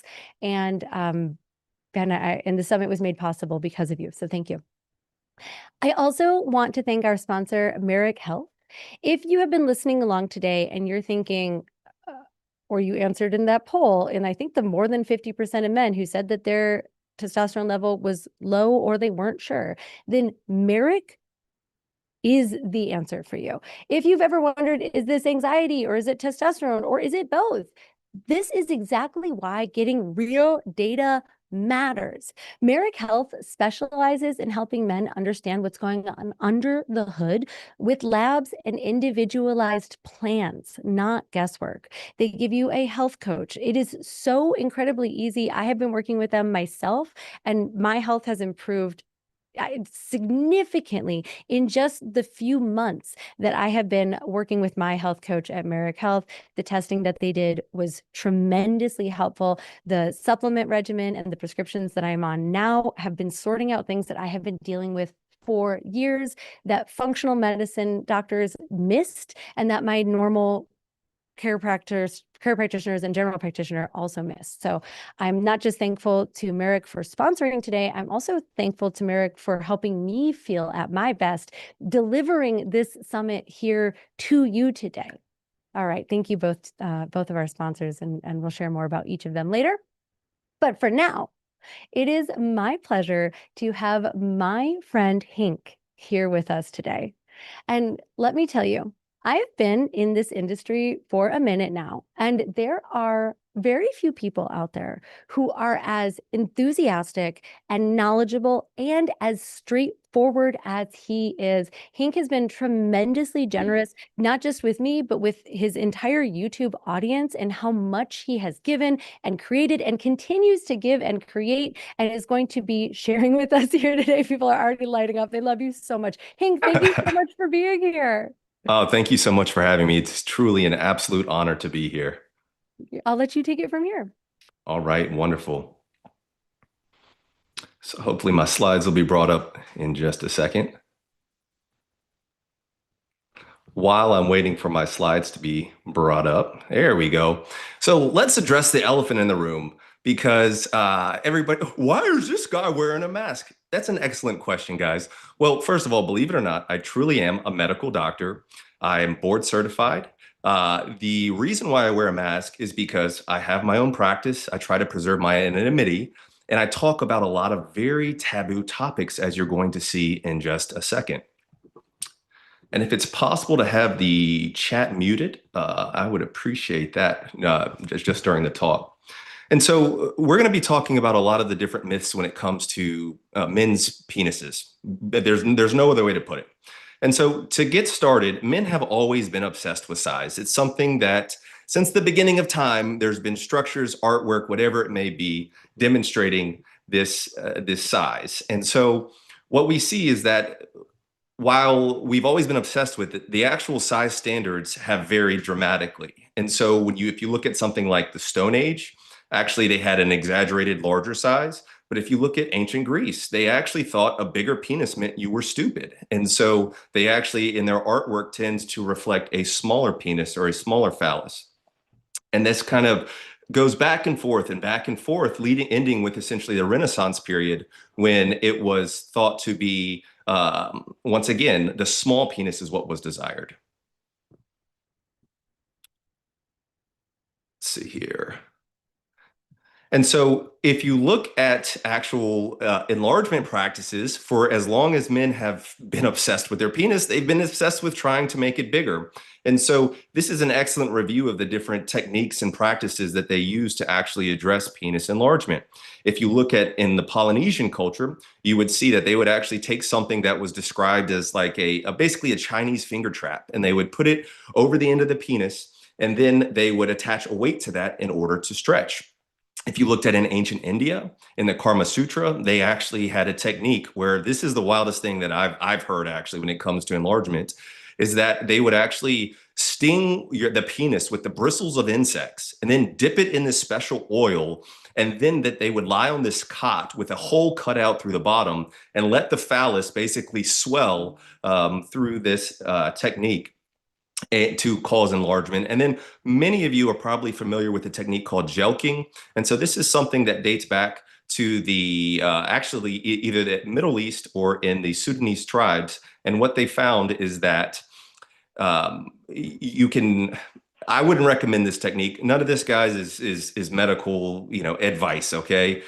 But they would actually partially engorge the penis and then make an okay sign with their hand. Wow, it makes my head disappear. And then they would gradually move your hand up the penis, and that was thought to lead to enlargement. Next slide, please.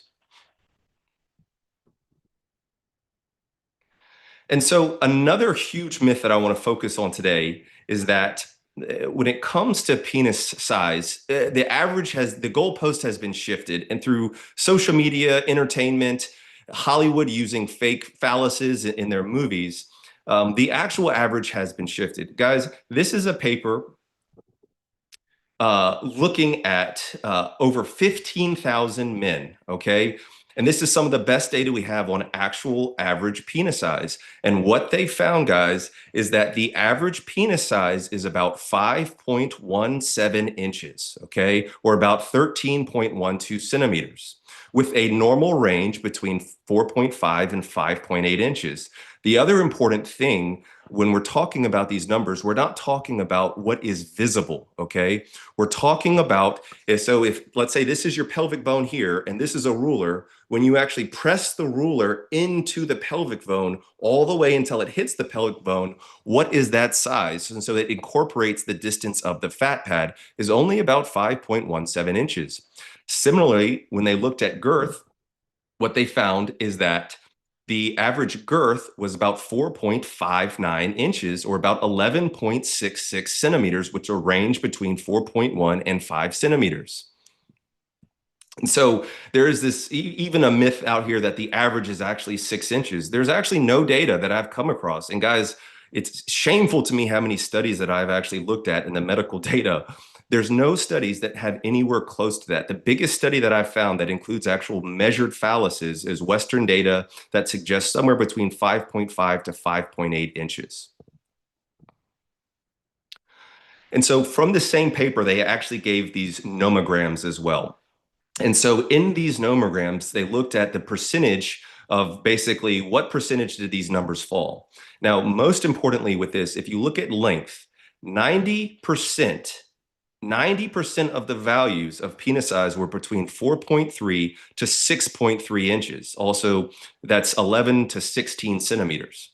The max of 15,000 men measured, guys, the max size that they found was 21 centimeters or about 8.26 inches. Okay. No 14 inches, no 12 inches, no double digits, or anywhere close to that. Similarly, when you're looking at girth, you could see that the range was between 90% of the men fell between 3.9 inches and 5.3 inches, which is essentially 10 to 13.5 centimeters, with the absolute max value being 6.7 inches or 17 centimeters. Okay. And so there's this, if you watch TikTok and it's like, Susie gets up there and she's like, oh, what's your ideal size? And she says, oh, about 10 by 8 inches. Guys, there's just not realistic. And there's actually no data to suggest that that's actually the case. And so, speaking of, is there any data to suggest the size that women actually prefer? Well, guys, there is. And so there was a study by Prouse et al. I think this was published around 2013, so fairly recent data. And what they did is they had 75 women that were handed these different 3D objects. Okay, you can see the objects to the right of the screen there. And these objects had varied in both length and girth. And they varied all the way up to, ridiculous sizes in both length and girth as far as the minimum and maximum size. But what they found is that in a long-term relationship, women prefer a penis size somewhere between 6.3 by 4.8 inches, okay, as far as length and girth. And then if you're looking for a one-night stand, the women actually preferred something along the lines of 6.4 by 5 inches. And so these now, admittedly, guys, the length in this is above the average, okay, admittedly. But I think it's more important to say that these women aren't saying they want an 8-incher or a 9-incher or even a 7-incher. It's something much more close to the average range. And looking at girth, I think that's even more encouraging, is that the girth that these women actually are reporting that they prefer is somewhere between 4.8 to 5 inches, which is, really within that normal range. It's on the bigger side of average, but it's still within an average value. And there's actually data looking at the ideal sex toy that women actually choose. And believe it or not, guys, the average size of insertable length is right around 5.5 to 6 inches with the girth of right around 4.8 inches. And so the actual size that women want is not nearly as big as you would think. And so how does size actually correlate with actual women's sexual satisfaction? Well, is there any data on this? So yes, guys, there was this excellent paper that was published here that surveyed over 100 women asking about their role of size and what they prefer. Now, it is important to keep in mind that there is something that is called selection bias, okay? There is a correlation between the actual number of partners a woman has had and the actual preference for a larger size. The data is actually abundantly clear. It doesn't mean that every woman with a large body count is going to want a bigger size, but there is data for that. The reason why I bring that up is because whether it be that 3D study that we just talked about, or whether it be this survey study, there is a certain amount of selection bias, meaning your average woman, I don't know about your average woman, but there's going to be a large subset of women that's going to say, if you were to ask her and say, hey, I want to talk to you about penis size, she's going to say, no, thank you. That's between me and my husband. I don't have clear evidence to support this, but I would argue that some of those women might prefer an even smaller size. And so if you had truly had a larger selection population, I actually argue that that 3D study would actually say that there is a smaller population, or that the length that they prefer is actually smaller than that. But I digress. In this study, the survey results, almost 90% of women said that they find the size of their partner's penis satisfactory. So many men are in their own head thinking that they are not enough, or that their penis isn't big enough to cause pleasure. When you ask these women, just shy of 10% of them, all but 10% of them are saying, yes, my partner's penis is perfect for me. And then when asked, do you think that the size of the partner's penis is important for your satisfaction? Only 43% of the women said yes. So less than 50%. And even more importantly, only 29% of women actually reported that the bigger, the better when it came to penis size.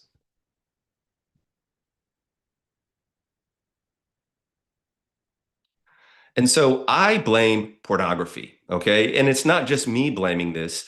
Because of the prevalence of and the accessibility of digital pornography, the rates of men insecurity is going crazy, guys. And so think about it like this, okay? Imagine that your only exposure to how tall somebody was because of watching the NBA or going to an NBA game and sitting courtside. And so that all that you could see is guys that the average NBA height is somewhere around like 6'5". You're going to think that the average height is 6.5 inches. And even though you're 6 feet tall, you're going to feel like you're below average and inadequate. It's the same thing with the adult industry, guys. There's the biggest of the big men that are actually the performers in there. And so as a result, but that's essentially all men are exposed to. Sure, you might see your peers in the locker room, but it's typically flaccid size. And so all of this consumption of pornography is leading millions and arguably billions of men to think that they're smaller than average. And guys, the most upsetting thing to me is that I've done a lot of studies and a lot of research on actually looking at guys that are getting penis enlargement surgeries, for example, or choosing penis enlargement techniques. And the overwhelming majority of them are within an average size or within a normal size. And so when it comes to porn, not even, guys, porn is entertainment, okay? It is not real life, and they use tricks, okay? First of all, if you were to ask these performers how big they are, they're going to lie, and they almost never have actual measurements, including a ruler. If they do have some sort of measurement, it's using it at an odd angle or hiding the bottom of the ruler. They only keep smaller performers that are in the frame, and they always keep the D in the foreground, or the penis in the foreground. So for example, if I have both my hands here, okay, but I move this hand way back, this hand looks way bigger. Sorry for making it glitch out, guys. But that's one of the main tricks they use, is that they keep the D up front and then move everything else behind it, and it looks a lot smaller. They have tiny performers, as we'll see in just a second.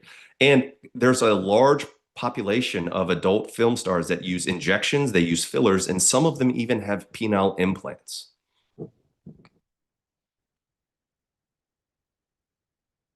Next slide, please. And so here's one of the tricks they use. It's a wide angle lens, okay?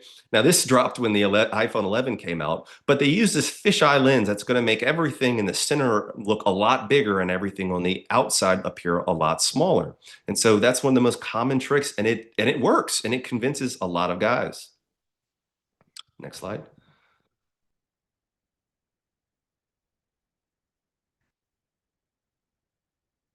So this is I think this was a TikTok, but you can see here is this guy that is holding a water bottle. And guys, this is a big water bottle. There's no way around it. This is clearly a very large man. But look at the difference in perspective when he hands this water bottle that looks fairly normal to him to his friend. It looks absolutely gigantic. And so if you have a tiny performer, for all we know, this guy is 6 feet tall and the girl is, I don't know, maybe 4'3" or something. But it doesn't change the fact that the perspective changes. And guys, not even adult stars are the size that they claim to be. So Johnny Sins, if you look online, he's allegedly 9 inches long. Okay, he's not. There's a whole subset of people that measure this. He's more like about 7 inches by about 5 inches. Dredd, one of the biggest of the big in the middle, he claims to be 12 inches. Nope, he's about 8.5, maybe 9 at the most, by about 6.5 inches. And then, of course, Jason Love, he claims to be 10 inches, but he's really about 8 by 6 inches. And there's actually an excellent chapter in Caitlin's book, Harder, Better, Longer, Stronger, where she actually talks about the impact that porn has on especially men and men's sexual development. So I strongly encourage you guys to check out that book.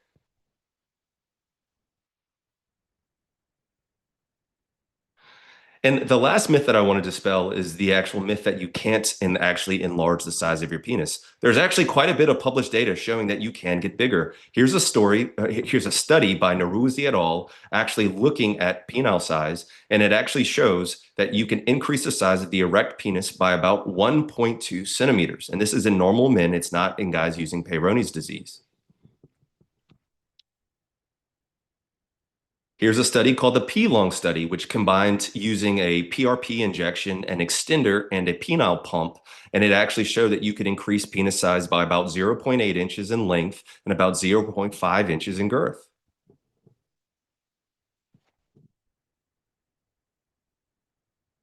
And then actually, this is a study that I published, okay?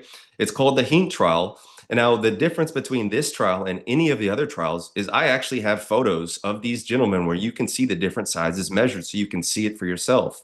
But in essence, combining either a traction device or a manual stretching technique combined with pumping, you could see that you could increase the size of your penis by about, in 6 months, by about 1/2 inch in length and about 1/4 inch in girth.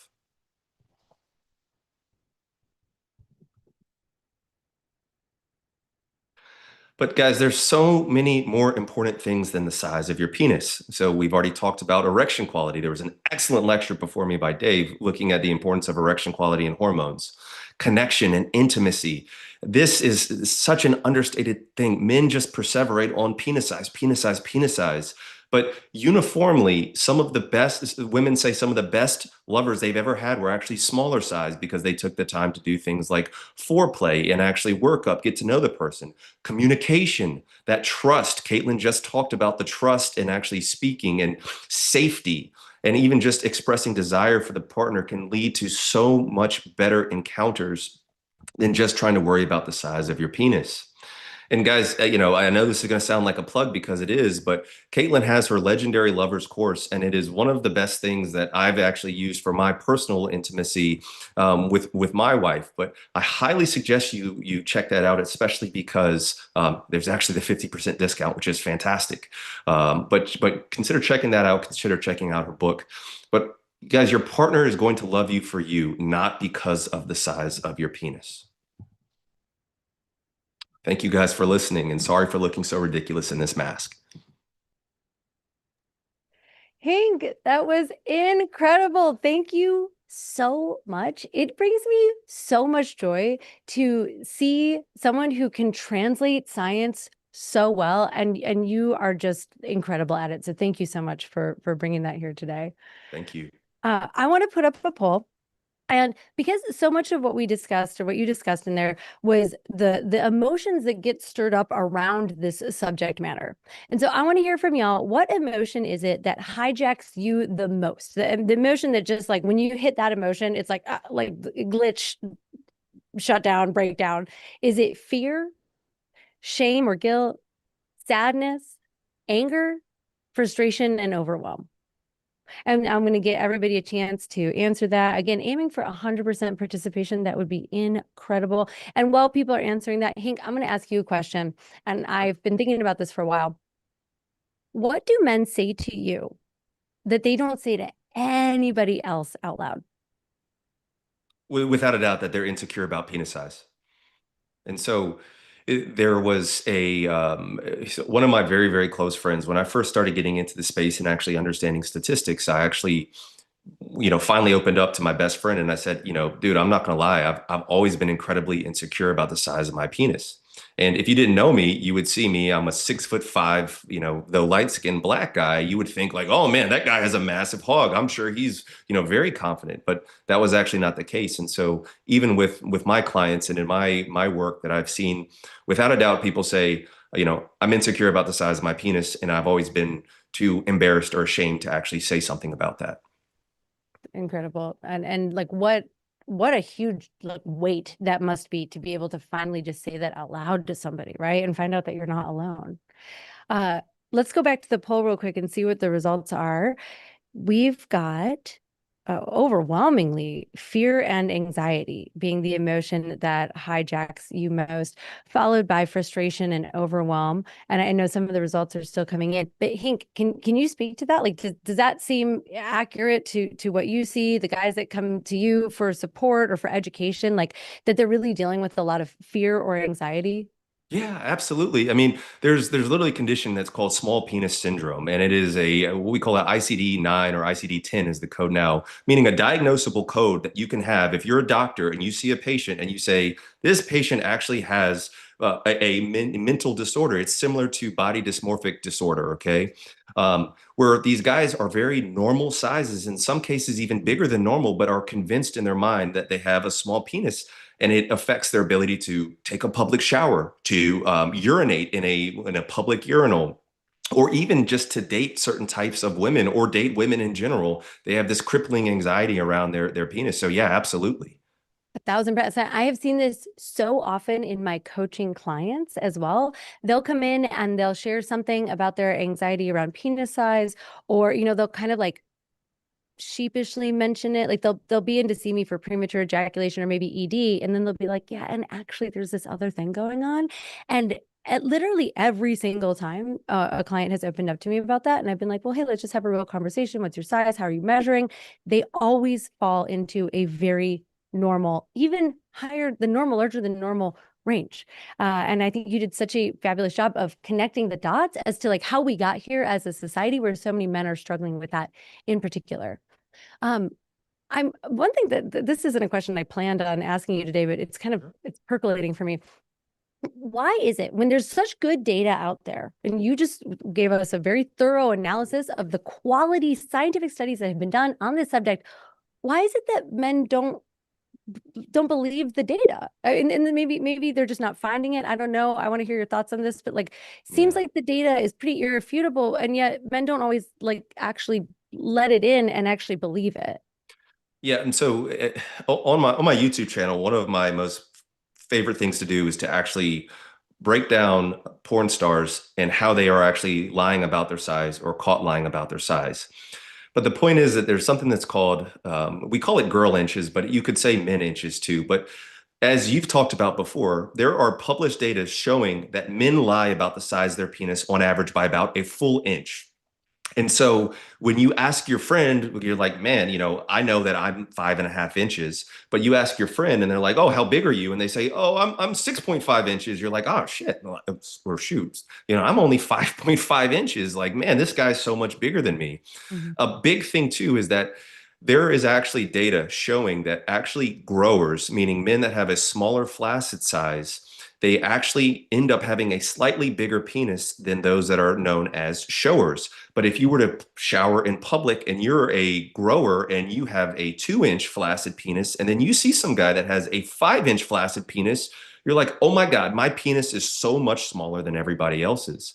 And I also think it's just that men are bombarded with pornography in the adult entertainment, and not even in the adult entertainment industry, in the entertainment industry. All of these Netflix shows, HBO shows, as I'm sure you're familiar with, they use prosthetic penises. And so they will have a scene with a guy with a 7-inch flaccid penis, and you're seeing that and you're like, oh, well, I suppose that's what's normal. Man, I'm below average. And so we are not bombarded, or we're not even reinforced with anybody with an actual average sized penis. And so I don't blame men for understanding that. Yeah, 1,000%. Yes. Two more questions for you. The first is, what are the consequences that you see in men who suppress this for too long, who don't, like just and whether it's like small penis insecurity or just like any other emotional hardship that they're dealing with, any fear, any anxiety that they have, what are the consequences that you see of men like stuffing that down and not like figuring out healthy ways to express it? Self-worth. They have no self-worth, and it reflects in pretty much every aspect of their life and confidence. I don't want to be too cliche, but the whole BD energy, the big D energy, it's a very real thing. And so whether you be insecure about your height or about your, receding hairline or about your penis size, when that impacts your confidence, you don't have the confidence in life to go out and necessarily pursue the things that you actually want to pursue, whether it be a woman or whether it be a job, or whatever it may be, an interview. So it's just that it just cripples their self-worth. And that's why on my channel, I try to tell guys at the end of every one of my videos, I'm like, dude, you are enough, just as you are. Amen. All right. Last question for you. What is one thing that you do that helps you to support your confidence, your self-worth, and helps you to like stay in a mindset that actually is beneficial for you and what you want to be up to in the world? So, I mean, the shortest thing, I don't want to be cliche and say what everybody else said, but also, exercise is so important to me. It's such an important piece of physical and emotional health, relieving stress. For me, it's not just, I mean, I actually don't like to walk. I like to get on the treadmill or the Stairmaster. I also like to lift weights. But another thing that really helps me when I'm going through it is to just showing gratitude, which I don't know, that might be kind of an odd answer, but I just think that each and every one of us has so much to be grateful for in our life if we really think about it. And even when I'm struggling, just saying, hey, you have all of this stuff, be grateful for it. It helps me. Amen. Amen. I love that. I recommend that too. Thank you so much for being here. Thank you for that incredible presentation and your answers now and all the cool work that you are doing in the world to support these men, because I don't think anyone is doing it to the level that you are. And it's courageous for you to do it, even with the mask on. So thank you so much for being here. Thank you, Caitlin. As you know, I'm your biggest fan. So thank you. Thank you so much. Let's light up the chat. First of all, appreciation, love, gratitude. And if you have ever compared yourself to other men and come away feeling worse, drop the word compare in the chat. And I'm seeing the thanks coming up. While we took a break, I've popped over to YouTube because we're streaming over there. And the love for you is so incredible. You have such amazing fans. And thank you to the Hink fans who came here today. And maybe you're meeting me for the first time. It's incredible to have you here. All right. Let's talk about emotions for just a second, because this is a part that a lot of men skip over, right? Because like emotions are not supposed to matter, right, in this subject in particular. But here's what's actually happening. When you don't process stuff, it doesn't just disappear. It always shows up somewhere else inside of the system, whether that's in your body, in your confidence, in your self-worth, like Hink was just saying. It shows up in how close you're willing to let someone get to you. And once you see how suppression and shame are running quietly in the background, you can get that you're not broken. You're just not fully reading the signal. And my book walks through this in a way that is very practical, not to just arbitrarily drag things up, but in order to give you language for what you're already carrying, for what you're already dealing with. Listen, I grew up in the Midwest. I am a good Midwestern girl at heart, and I was taught, just like anybody else, keep your emotions to yourself. Stiff upper lip, don't let them see you cry. It took me until I was in my mid-30s to figure out how to just feel my effing feelings. And I wrote about that in the book because I figured out through my own trial and error and through working with hundreds of clients how to let the pressure gauge off in a way that feels safe and easy. Emotions do not have to feel like a big, sticky, scary mystery. And trust me, they felt like a huge, sticky, scary mystery for me. I remember crying on the phone to my coach one time and just being like, but I don't want to go in there. I don't want to feel it. And she gave me some incredible advice, and that and so much else is included in this book. So I hope that you will pre-order your copy. You can actually even pre-order. You don't have to join us for the VIP. You can pre-order the audiobook. You can pre-order the ebook, the Kindle version if you want. All you have to do is go to harderbook.com, put in your pre-order information there. We've got links. It's available on anywhere that you go to buy books, almost everywhere in the world. So I'm telling you, whether it's mental, emotional, physical, or the subjects that we haven't gotten to just yet, we've got you covered. All right, we are going to do a quick 5-minute break. And then when we get back, I'm going to do a short nervous system reset practice with you. So please hurry back, and I'll see you here in 5 minutes.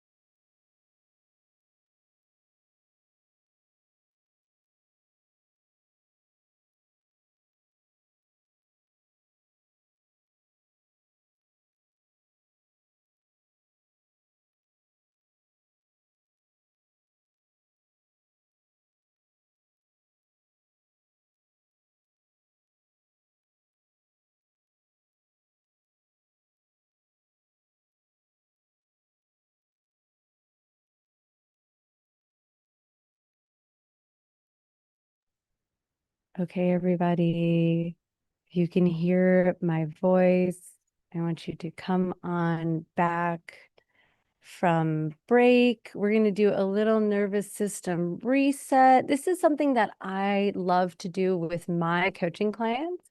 And it's just like a little treat. We've been at this for a few hours. Y'all are really hanging in there. You're responding to the polls. You're lighting up the chat. You're asking brilliant questions. I can't wait to get to your questions at the VIP. But let's just give our nervous systems, our bodies a little second to catch up with all the stuff our mind has been doing. So if you're in a safe place to do so, I'll invite you to close your eyes. And if you're driving or you're on a walk, I mean, if you're on a walk, maybe just like step to the side and do this with me. But if it doesn't feel good to close your eyes, no worries. You can lower them. You can just relax them a little bit, okay?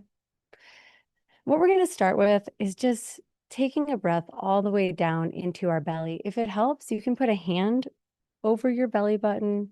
And when you take that deep breath in, look to actually expand your belly a little bit. Don't worry about doing it right or where your ribs are or anything along those lines. Just take a couple breaths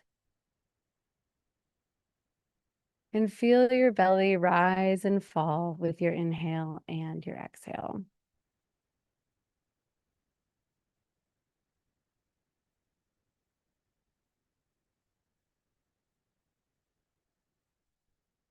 And as you're doing that, see if you can slow down, especially the exhale. See if you can make the exhale really long, really slow, really intentional.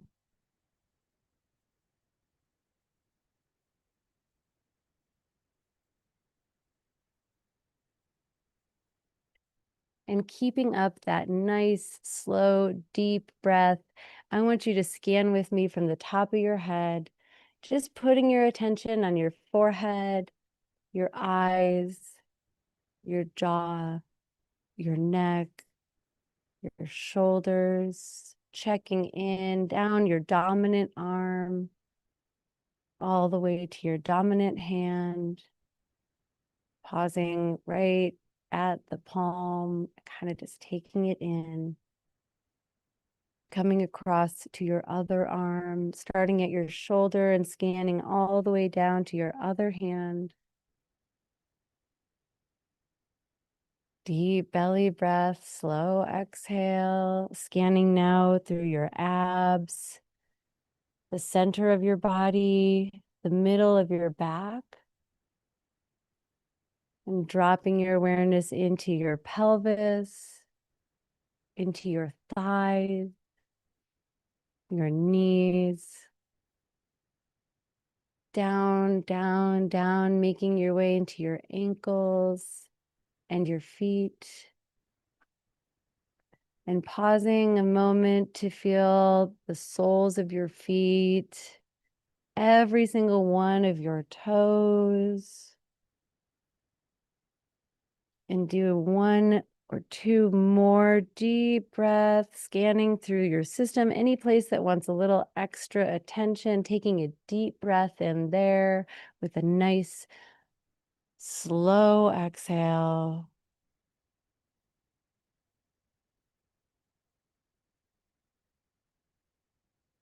And one more deep, slow inhale all the way down to the belly, filling up slowly all the way up to the top. And sigh it out with me. Ah. Great. If we can open the chat, if you feel even 1% more relaxed after doing that, type 1% in the chat. That was a very quick 5-minute short little reset, but I hope that it helped you to feel even more here, even more grounded, like it's integrating some of the things that you've already gotten from today and preparing you to jump back in with our next speaker. Because you got a little sample of her earlier, but Susan is way more than a snack. Susan is a whole meal, and we are so fortunate to have her with us today. Susan, you are an icon. Thank you so much for being here to share your wisdom. Hi, honey. I Can't see. There we are. Okay, good. All I saw was the ad. I wanted to tell you that, first of all, thank you so much for having me. And also, you look really pretty today. Thank You you. look really pretty every day, but you look so pretty today. I know you went to a lot of trouble to look that glorious, and I, for one, appreciate it, and I know all the guys do too. Thank you so much. And hi, everybody who's saying hello. That's so nice. I appreciate the warm welcome. And I've been really enjoying the earlier speakers, Hicks and Dave, and I'm looking forward to Cam being on. So good. And I as well love to talk about penile enlargement, erectile function. I'm really glad there's a lot of conversation about pumping and blood flow and all those kinds of things. Yeah, one of the things I think it was Dave was talking about, like the bottom line is blood flow. And I was like, yes, good. That's a good tee up for what I'm going to talk about. I've got you now for about the next 20 minutes. And then Caitlin and I are going to do a little, just a fireside chat afterward. I'm sure she's got some interesting questions for me. I never know what she's going to ask me. And I wanted to tell you what I decided to talk to you about today. I'm really covering a lot of the sex part of things on this event today, this live event. And I want to talk to you more about seduction, how to seduce your lover. And then I want to give you some really good information about how to get her super aroused and turned on so that pretty much everything you do feels incredible to her. Because I know that most of you said anxiety was your biggest thing, fear and anxiety was your biggest thing, and that leads right into the bedroom as well. And I also mentioned earlier that I know that you want to do an incredible job and give your partner incredible pleasure. And so I'm going to give you some shortcuts to having more sex, making sex hotter, and making it feel extra good for your lover. I'm going to presume that most of you are in a monogamous heterosexual relationship. So I'm going to usually say woman. And I'm going to talk a lot about the female genital structures. But besides that, if anybody's in a relationship that is with someone on the gender spectrum or what have you, 99% of what I have to talk about today is applicable for all bodies and all people, because ultimately there's nature and nurture and we're human. But if I say, your woman, she, her, all those kinds of things, I'm just sensitive to that. Because I do a lot of male enhancement conversation, I also work with a lot of men, gay men as well. So I'm just here for the love. I'm here to support everyone, and I want you to have the hottest sex of your life. And there's solo pleasuring. There's always solo pleasuring, and you can have some pretty hot sex solo pleasuring, especially with some of the new technologies that are coming out. There's incredible technologies. I was just speaking last night in San Francisco at the Health Tech Week, and I talked about quantified intimacy, and I was showcasing a lot of new technology. And I think that one of the most important things is to have a great masturbatory practice that really, really helps keep everything working and keeps you healthy and keeps you extending your sex span and all those kinds of things. But I'm going to focus mostly today on partnered pleasure, how to get your partner to want you for sex, even get you to the point where they're telling you things they'd like to do and that they can also initiate because they love having sex with you enough. I want your partner to be running around the house trying to pin you down for a hot sex date.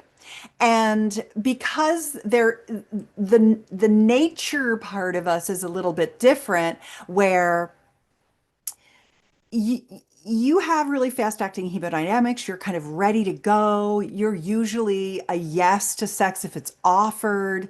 You typically would like to have more sex than you normally get. You tend to be walking around horny and ready to go, spontaneous desire, nighttime erections, morning wood.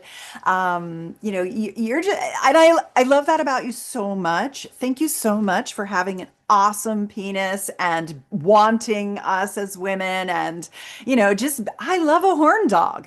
But sometimes that gets in your way because, you're like, oh, ready to go.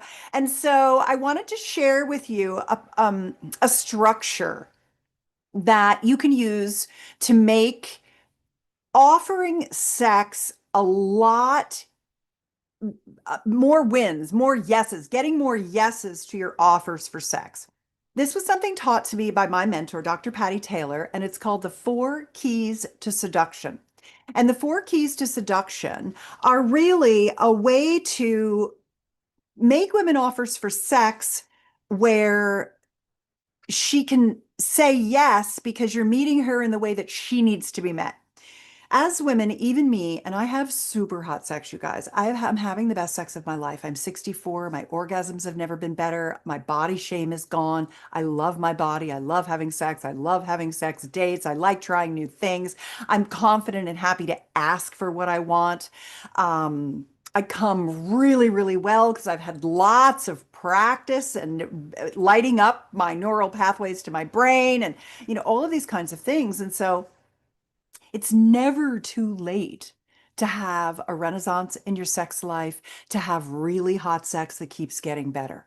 And a part of that is understanding how to open your woman to her pleasure and to allow her to kind of catch up with you because you're often more of a spontaneous person ready to go, and women are not, and part of that is estrogen. We kind of run around the world not feeling very safe. We are prey. We have to be careful of where we walk at night and who's in the room with us. And we have our reticular activation system up, and we've got our mind on a million things. One of the things about estrogen is that it makes us very just kind of like multitasking. We've got our eye on a lot of things. We're holding a lot of things in our head.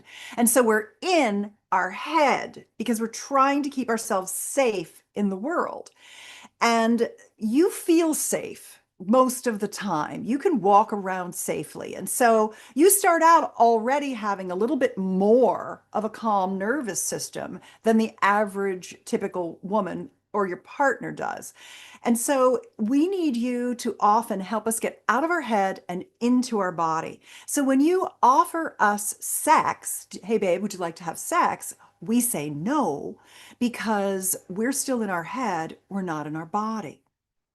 And these 4 interlocking keys to seduction can really help you on ramp us to let the stuff that's on our mind go, get out of our head, get into our body, get heart connected with you, slow down, remember we love you, remember we enjoy sex, and then want to be with you and want to escalate. The other problem that we have is that our arousal tends to be lower, yours tends to be higher more often. And we go through these 28-day cycles. And so that can be really difficult for us because sometimes we're a little hornier than other times. But we are very responsive in our desire, which means that we can get there. A lot of times when I have a date with my husband, and what we found being busy, very busy, two busy people, I'm the CEO of 2 companies, we schedule our sex because I love to have sex with him. And I'm at the point where I would have never done this 20, 25 years ago. I would have never scheduled sex with my husband. I didn't want sex. I was giving him duty booty, mercy sex. I wasn't having orgasms from intercourse. We didn't know what we were doing. That's what led me to become a sexpert was I wanted to learn and then teach passionate lovemaking techniques and bedroom communication skills, which is really what seduction is. A lot of it, the early parts of bedroom communication are seduction. And it was just learning some simple things that helped us because he would offer me sex. I would turn him down.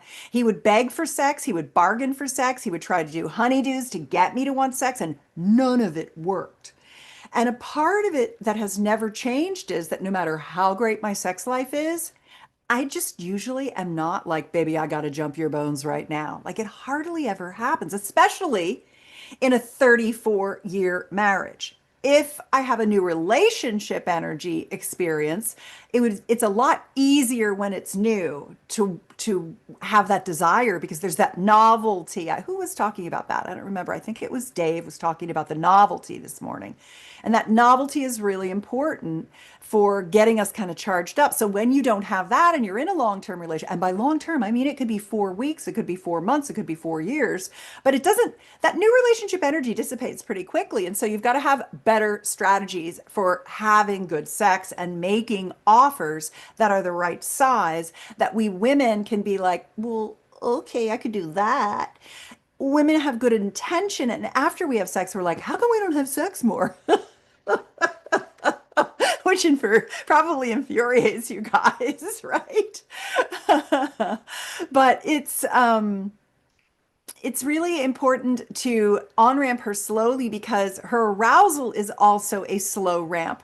Like your arousal, once you get turned on, it's like you're on an escalator headed up to your turn on. And for us, it's like there's this giant ladder in front of us, and the steps to get up, the first couple steps or the rungs of the ladder are so huge. We need you to get up underneath there and push our butt up on the ladder and get us going. And that's what's great about my husband and I now is that I realize I don't need to be turned on. I know I love sex with him. And I know that when our butts land on that bed, he knows how to get me going. And what I'm going to talk to you about in the ignition, the timing belt, and the roadmap that we're doing kind of this, roadmap, the relationship engine, the sex engine in your relationship. First, I'm giving you the ignition, which is these 4 keys to seduction. Then I'm giving you the timing belt, which is it takes us about 20 minutes for sex to feel good.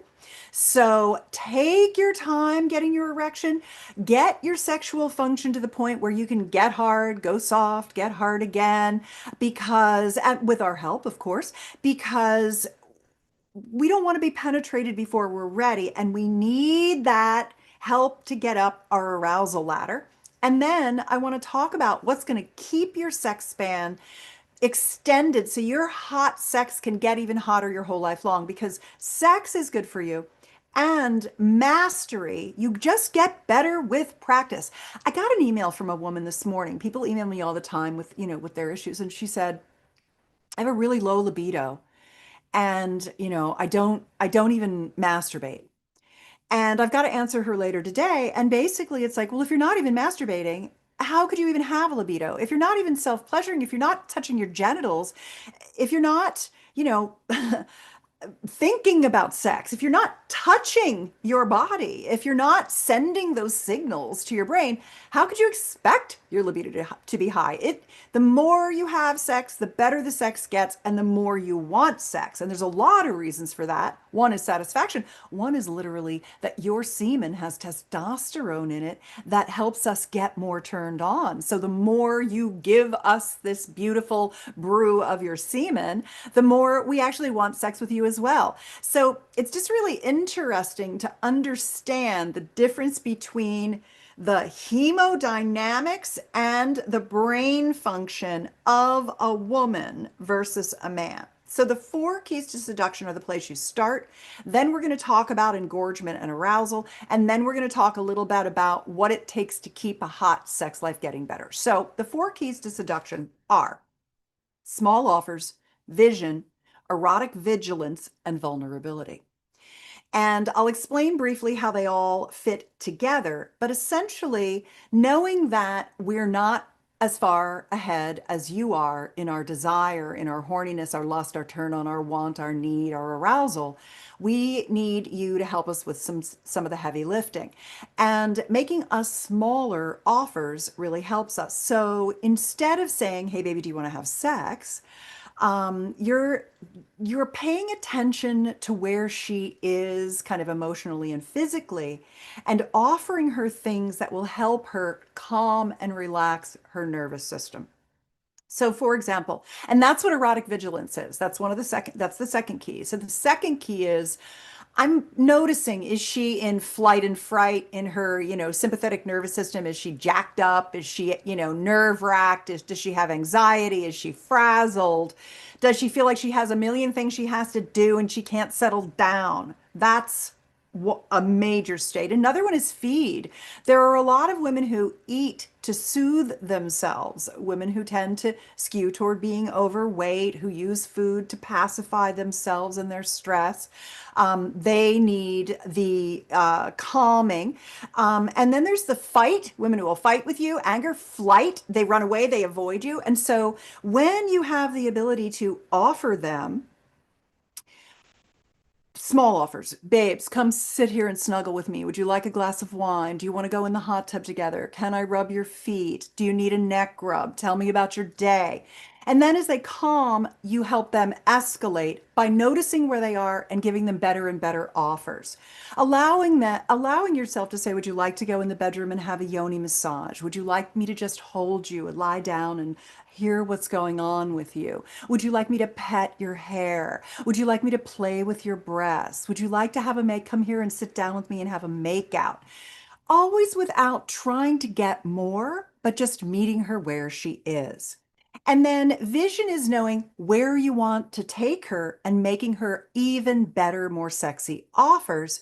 And vulnerability is saying, I really love you and I need to be close to you. I need to touch you. I need to ground with you. I am really horny for you. And, I don't want to pressure you, but I would love to be with you. Saying what's real for you is really important. The other thing I want to show you is the female genital structure, because if this is your penis, oh, it's always hard to show these with the background things. But if your penis has these three spongy tissues, this is what you're pumping the blood into when you use a penis pump, and this is what's filling up with blood. It works really fast for you, but she has those same tissue, those same little parts in here. So here's her vulva. This is her mons, outer labia, inner labia, clitoral shaft, clitoral tip, the vestibule, her urethral exit, which is part of her G-spot as well, her vaginal opening. But if I peel this away, what you see, can you see it okay? What you're seeing is the clitoral shaft and tip, the arms, the legs, the G spot, and the perineal sponge. She has the same amount of erectile tissue in her vulva as you have in your penis, but you've got these straight shots of blood. And what she needs is kissing, breast play, full body touch, words of encouragement and adoration, a nice lover space, yoni massage, manual pleasuring, oral pleasuring to get that blood into those nooks and crannies, because it takes her 20 minutes to get a lady boner. It takes you a minute or two when you're healthy to get one. So you don't want to think about sex as you're racing to intercourse. And I don't like the word foreplay. I really like everything is sex for women. And when you separate it from foreplay to sex, it sounds like you've got this goal of intercourse. She will want to have more sex with you when you take the goal off of penetration and give her more of all the things you think about as foreplay. And if she shuts you down, get into your vulnerable heart and say, babe, you need to give me the opportunity to do a good job for you. I really need you to allow me to pleasure you so you can catch up with my desire. I know you're not there. I'm going to help you get there. And if you don't get there, it's no problem. But if we don't try, we can't make it. And so I think that's very important. And then once you finally get her trusting you, and you have the ability to make her wonderful offers for lots of fun things, this is how you keep getting your sex life working well. You're a man of a million sexy ideas, and you're running her these menus. I'm right back to the 4 keys to seduction. You're running her menus, and if she says, I don't want to do any of those things. Here's what I want to do today. What do you think about this? Don't say to her, hey, I need you to be in your feminine. I'll decide what to do. You want to because that shuts her down. You want your woman to have a voracious appetite and a million ideas of ways she wants to get off with you. So make sure that when you're running her menus, you leave space for her to run some back to you. I don't think I want a glass of wine, but I'd take a vape hit and a foot rub, and then I want you to hold me, and then I'd love to have a yoni massage.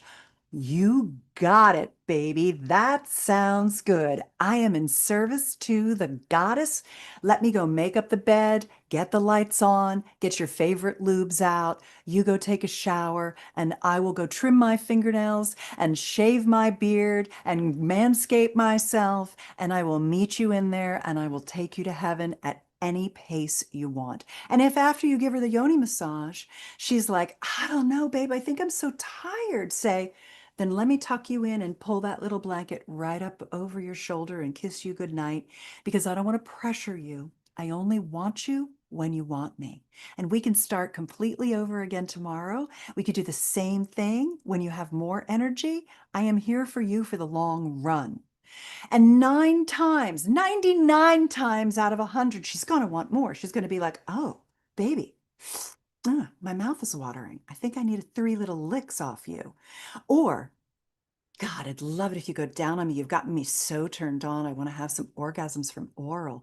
Or, babe, I'm going to ride you now. Do you mind if I just get on top of you and scream in your ear and moan like crazy? I'm really enjoying cowgirl right now. And you're going to be like, hell yes to whatever she wants. As soon as you can get her comfortable enough to know that there's no pressure, it's the pressure that kills the arousal. That's when you can extend your sex band. So using your nitric oxide for blood flow, your vacuum erection device, your Gainswave acoustic wave treatments to keep your function, keep yourself from atrophying, have the biggest penis you want to have so you're proud and it feels great and it's fulfilling to her. All that stuff is awesome, but it's the novelty, the variety, the menus, the patience with her, the understanding of her arousal. That's the most important. So I got a 5-minute warning a little while ago. I've gotten a couple that said 5 minutes and then 5 minutes again. So I have to check in with my group here. Caitlin, how are we doing on time? Are we ready to transition? I didn't watch the clock. I just saw the 5 minutes twice. Susan, you are so incredible. I am Oh, like, thanks, honey. yes, the team is telling me that we do need to start your fireside Okay, chat, great. but Perfect. I'm you told me I ready. was pretty before we started, and I Yeah. didn't even know. Liz had to come in and knock me back into reality because I was like, Susan told me I was pretty. And You are then, so by the pretty and way, smart. think I learned both from the best. The language that you were using, I was over here like my body is responding to these words. Okay. Good.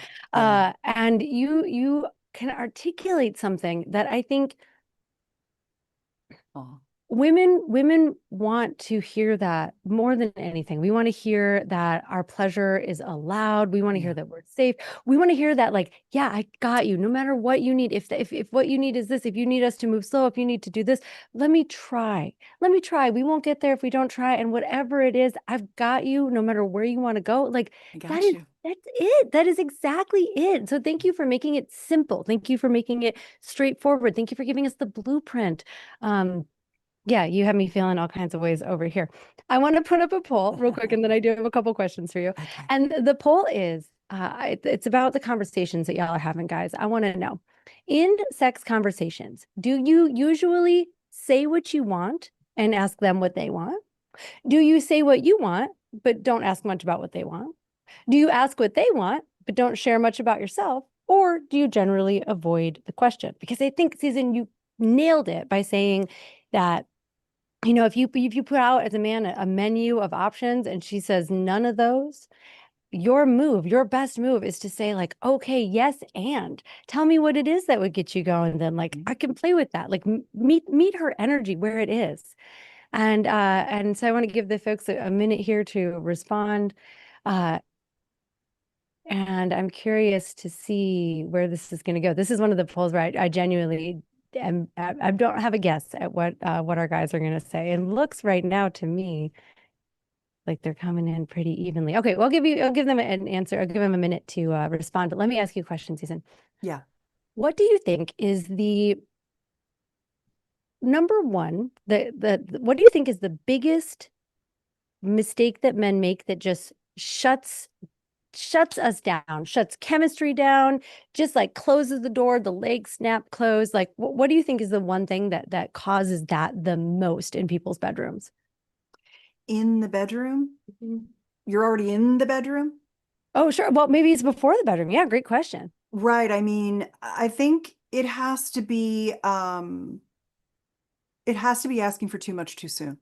So that's why the four keys to seduction, the small offers, just getting her in the bedroom and allowing her to get turned on, letting her spit run, her boobs start to get turned on, her juice is starting to flow. Like I said, it takes 20 minutes for that. And I did say, I did see on the chat that people couldn't see it's really hard to show this. Like I don't know how to do it, but let me see if I can. If You I can almost gotta like just, put it next to your face in the frame. yeah, but then I can't see. It doesn't even Yeah. really work. I'm so sorry about that. Thank you so much for I'm trying to figure out where I can. A lot of guys really want to know about the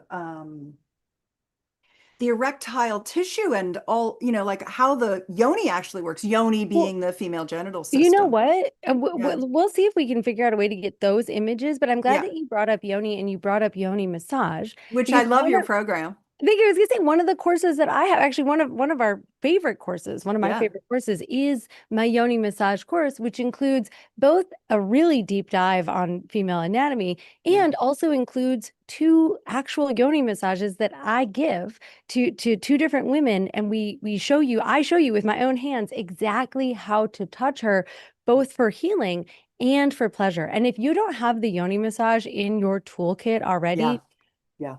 it is probably the quickest, like most immediate tool that you can add that's going to make a tremendous difference. And Yeah. a big portion of that is exactly what you're speaking to regarding communication, safety, a lack of pressure that makes that such an incredible connected experience. So let's review the results of our poll real quick. Okay. I do want to say Okay. one more thing about your yoni massage Oh yeah, too. please. It can be too big an offer to start with yoni massage, but that's something that you can do is you can say, I would like to go on like an offering you of unlimited yoni massages so that we can learn together. Because yoni massage I do a sex trends prediction every year of what the top 10 sex trends are. And yoni massage was my #1 trend of the year. And the reason that it was because I've been talking about it for decades. Mhm. Men are starting, they're like, I need to do yoni massage. How do I do a yoni massage? What's a yoni massage? My wife wants a yoni massage. And so it wasn't that the women were wanting it, it was that men were realizing, Mhm. oh, this is a skill that I need. So one is yoni massage is too big an offer for most women. Some women, you could offer that right off the bat, but not all. My husband gives me unlimited yoni massages with no strings attached. So I basically have yoni massage on tap. And I'm a yoni massageaholic. And even if I'm not turned on, when I lie down and he gives me a yoni massage, that's like a 9 out of 10, maybe 99 out of 100, where I'm going to want more because now I've had my time to get relaxed out of my head, in my body, and engorged, and now I want more. I want more Amen. stimulation. Amen. So I promote your yoni massage course to my followers because it is really good. I highly recommend it. Thank you. Thank you so Yeah. much. And thank you so much for like helping us to make the relationship body communication connection, right? Because like we're two people with two bodies, two minds. We've got to figure out how to bring our thoughts and our words and all like our higher selves into the bedroom together, into the relationship together. And sometimes like how to get there, where to even start can feel really confusing. Yeah. And you've just done, and all of your work really does a phenomenal job of breaking it down and giving folks like one piece of that, and then the next piece of that, and then the next piece, so that we can Thank you. bridge all of the divides between us and do so in a way that is passionate and exciting and spicy and just like deeply connected. So thank you so much for that. Can I say another thing too, Kate? And then yeah, The well, the poll after that, yeah. that's what I'm talking about, the poll, because it doesn't surprise me that the women, that the #1 was the women don't know what they want. Mhm. And that's because men see a lot of porn, so they have better ideas. And I don't know that they're better, because I just don't think you should be having sex with your wife like a porn star. And, except for the occasional, super slutty evening or what have you. There's so many other things that you can do. I mean, my whole world is heart-connected, passionate, love-making techniques. And I think that's generally what women are looking for. But she'll start having ideas once you start running her menus, because you're teaching her what the ideas are. So then when you start running her a bunch of menus and you start escalating those menus as she gets more and more turned on, she's going to remember the things you offered her, and she's going to be like, no, I don't want this and I don't want that, but I do want this or this or this. And it's stuff you've taught her that is pleasurable. So that's masculine sexual leadership, is offering and then allowing her to grow into her sexuality. Amazing. Yes, I could not agree more. Thank you so much, Susan. Thank you, thank you, thank you. Thank you for being here. Sure. And just incredible. I hope y'all were taking notes during that, because that language is fire. It was, like I said, it was working on me over here. I had to chill out for a second. All right. Next up, I am going to welcome Hank back to the stage. Hank, can I get you back up on the stage so that you can share another special message with our audience? Absolutely. Thank you again for having me back here. It's your boy, Hank. So you're watching this session and you probably had some questions that might have come up, and you want more detail. I saw several comments in the section saying, wait, what were the 4 things that she said? Or, hey, wait, can you pull up that diagram again? Or even more details on this, what is this yoni massage? And so all of these questions and this intrigue, it's completely normal and I think healthy, and, is the sign of a brilliant mind. What I would offer is that you come join us in the VIP session, because in this session, we're going to have a direct Q&A. Not only will you get the Q&A with us, but you'll also get a copy of the book. You'll get the workshop as well. And so there you can connect with us on a more intimate level. You can ask us the specific questions that you want to ask, and you can have a good time. And so if you're interested, please consider checking out the code on the screen or click the website link. And I will look forward to seeing you there.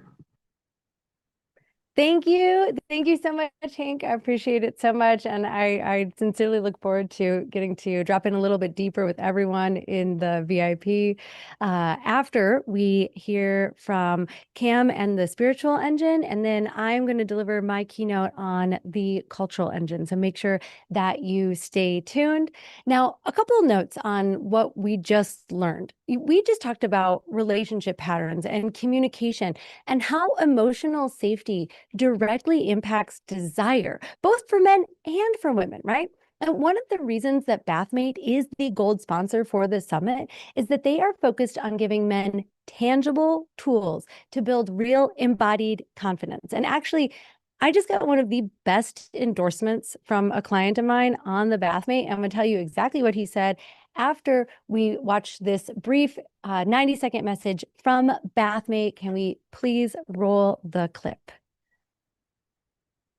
The From Pressure to Power Summit is presented by Bathmate. This whole event is about helping you feel harder, better, longer, and stronger in every sense. Bathmate is one of the safest, most effective ways to literally do that with your erections. And it's not just about getting bigger. For stronger erections, better stamina, and more intensity during sex, better blood flow makes all the difference. And that is exactly what Bathmate is designed to support. Unlike the air pumps you're familiar with, Bathmate works with water, using gentle, even pressure to pull fresh, oxygenated blood into your erectile tissue. That means stronger, more reliable erections, better circulation and recovery, increased sensitivity and responsiveness, and yes, over time, better tissue expansion and performance. The folks at Bathmate have been doing this for over 20 years, and more than 1 million men have used their pumps worldwide. My new book is all about giving you the tools and education you never got. And if you're interested in enlargement or enhancement, Bathmate is one of the few products I trust enough to stand behind, both personally and professionally. If you're working on lasting longer, building sexual stamina, or gaining size, Bathmate is a great place to start. Check them out at their website, and as a special thank you, you can use the code Caitlin10 for 10% off. Thank you again, Bathmate, for sponsoring us today. Now let's get back to the summit. Amazing. I will finish that story because I know I left y'all with a little bit of a cliffhanger. I was working with a client and I recommended that he check out Bathmate. He's super into human optimization. And, one of the greatest benefits of using Bathmate is that you can maintain the health of your penis and your erection longer into your life. It's going to give you a longer, high quality of life with your body. And so I recommended he start using it. I didn't mention to him the size benefits that can come with pumping, or certainly that wasn't why I was recommending Bathmate to him. It was really focused on the health benefits, but we knew that the size benefits could come. And this is a real quote. He said that his wife approached him recently and said, "I think you're getting bigger. I think your penis is getting bigger." And he kind of replied coyly, like, "I don't know why do you think that?" And she responded, "I can tell by my jaw that you are bigger." That's a direct quote. That is a direct quote. "I can tell by my jaw that you are bigger." And so he had to, he came around and he told her about his pumping regimen that he had started. But that's an endorsement that you can't make it up. It was beautiful. It was amazing. So I asked him for his permission to share with you all today. And I'm happy to say that he said yes. So thank you for that, and congratulations. And thank you again, Bathmate, for sponsoring us. It's really a pleasure to work with you because my clients are getting incredible results with your products. And for me, that's what matters the most. All right. Thank you again for that. And now I am so grateful and so excited to introduce to you our next expert, because this is someone who I trust very, very much. In fact, I trust him so much that I have invited him to train my coaching team. He has come in and actually worked directly with the coaches who work with me because he is such a brilliant mind. He is a thought leader in the area of men's coaching and men's personal growth and development, and he has so much wisdom to share. He is coming to us live from Australia, where he has woken up exceptionally early again to meet with us. Thank you so much, Cam, and welcome. Thank you so much for having me, Caitlin, and thanks for putting me towards the end of the summit as well, so that I could get up, have a shower, have my coffee, and just get prepped for having a conversation with you. Boop, boop, boop. Checking. All right. I'm seeing in the chat that people can hear me, Caitlin. I Unfortunately, don't know if it's just me or not, because Oh, it's just you. Well, look, I'm excited to dive in, and I'll put a little timer on, and hopefully get a little 5-minute warning from someone at some point. I'm hoping to speak to you all today about the concept of sacredness. And I'm pretty straighty 180 when it comes to sex and sexuality, but I also like a little bit of woo every now and again. So I want to bring in this idea of sacredness by way of a couple of different concepts and hopefully tie them all together. Now, in my work with male clients, I typically find that, and this has been true for myself as well, I struggle with the communication and conversation aspect of what it is that's going on for me internally, how to communicate my feelings, how to even describe what's happening physically in my body. And there's a little bit of research around this. There's normative male alexithymia as a psychological term, which is this notion or this concept that men struggle to kind of divulge what it is that's going on for them emotionally. I also note that there's some research around men's typical lack of what's known as interoception, which is being able to identify sensations in your body. I think those two things go hand in hand. There's a bit of socialization that goes into men in particular struggling to be forthcoming and be open about what it is that's going on for them physically and also emotionally. And so I want to kind of start with a little practice here, which I'll then build on by introducing a couple more concepts and examples around sacredness.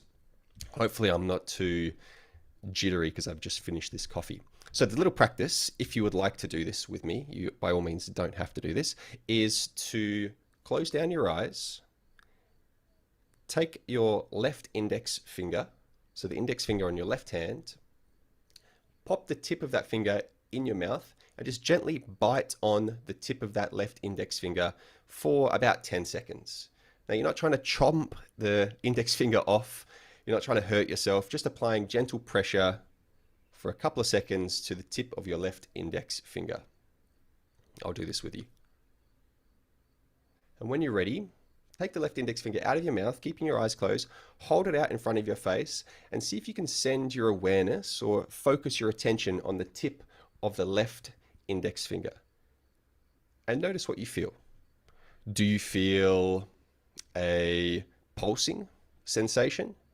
Do you feel a tingling?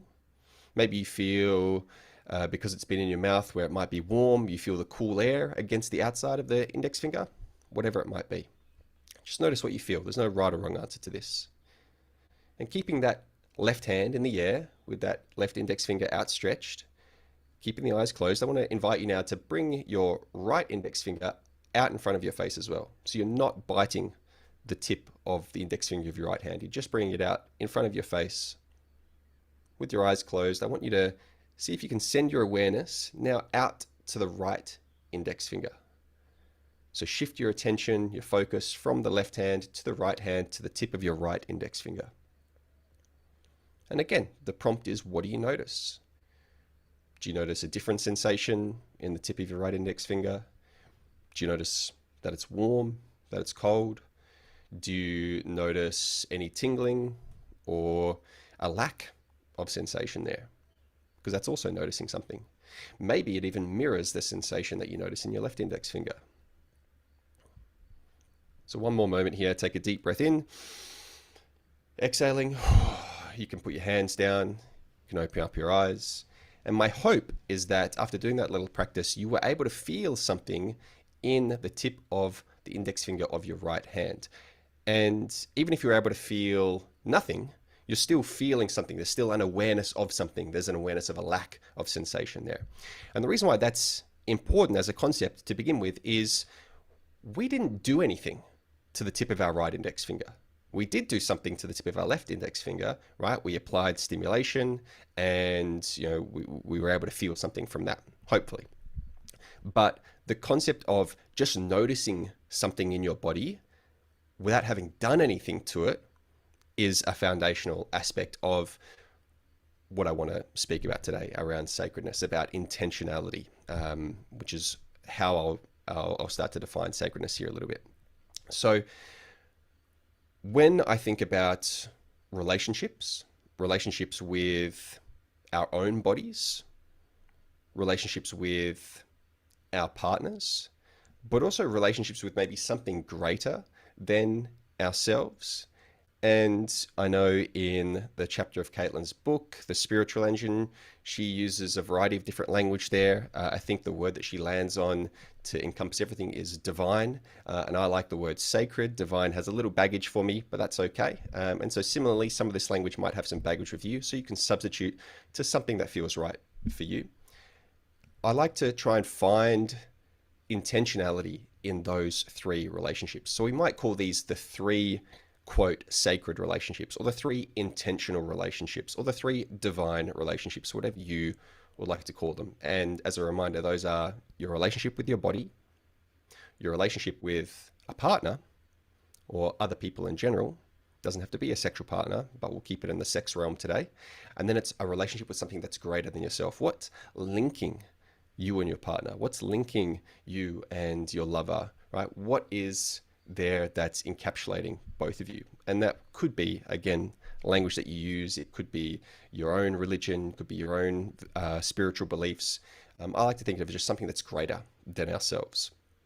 And the order through which I like to work my clients through those relationships is by beginning at the body, right? Which is why I've started today with that brief little finger biting exercise. Because what I find when I work with guys, particularly when I talk to them about sex and masturbation, is they focus on stimulation and not so much on what it is that they're feeling. Right, so they'll typically go straight for genital touch. They'll typically go straight for up and down stroking when it comes to stimulating their cock, and they will not take the time to notice what's going on underneath that. So there's a lot of prompts here that I could give, from noticing the temperature of your erection, noticing how firm it is, noticing the changes in tumescence, the changes in firmness over the course of a sexual experience, whether solo or partnered. But the principle here is, how do I bring intentionality to my touch, and how do I notice more sensation in my body? There was a really good practice that Caitlin did a little while ago, which involved breathing. So engaging the breath, particularly through diaphragmatic breathing, which is breathing down into this big dome-shaped muscle we've got just underneath the ribs. So when you take a breath in, the belly expands like a balloon, and as you exhale, the belly draws back in towards the spine. That type of breath is really good for engaging what's known as the parasympathetic nervous system. That's the rest and digest response. It's the feeling response, right? When we're in our parasympathetic nervous system, we're able to feel more sensations in our body. What's also really fascinating is that our genitals have a lot of soft touch nerve endings in them. So the gentler and the more subtle and the slower you touch your genitals when you're in the parasympathetic nervous system, the more sensation you're able to feel as well.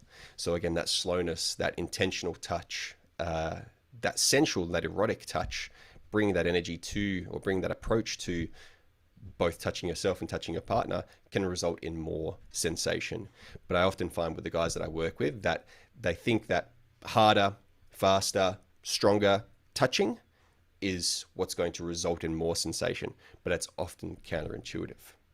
So bringing sacredness or intentionality or meaning to your relationship with your body through touch is a huge way of learning more about yourself, and then translating that into this second relationship, which is a relationship with your partner. So curiosity is part of that, right? Being curious about what sensations you experience and being curious about what else is on the table for you.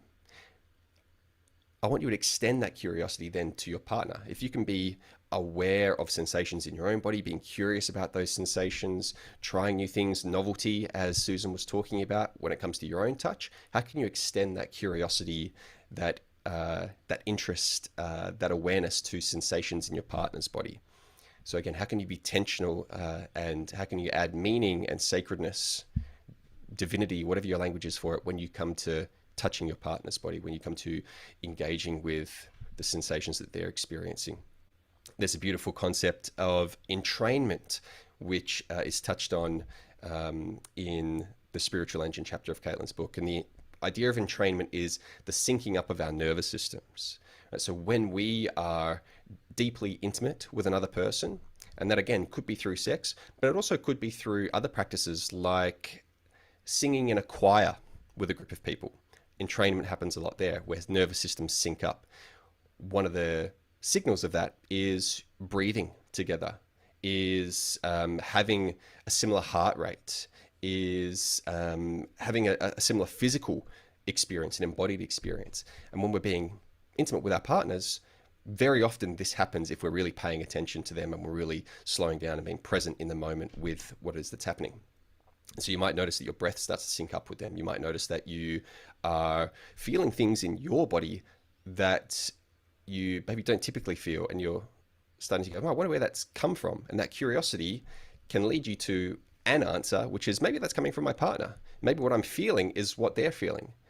An example of that is, I've heard a lot of guys share this with me, and this is also true in my experience with my lovely wife, is that I might be fine when I'm being sexual and intimate with her, but if she's getting closer to climax, if she's getting closer to orgasm, I feel that in my body, and that amps up my arousal and my sexual energy. It brings me closer to the edge, right? Because I'm noticing that excitement in her body, and that's starting to build the excitement in my body. And we have this beautiful synchronous experience here. So there's a lot of examples of entrainment where our nervous systems are syncing up, and that's a beautiful opportunity to start to be aware of those sensations that are present for you during that intimate relationship. But then there's something grander than the two of you, right? That kind of links you together. And this is where there's a little bit of woo here, right? I don't have an academic article I can cite to talk about the kind of bubble that you find yourselves in when you're in an intimate experience with another person.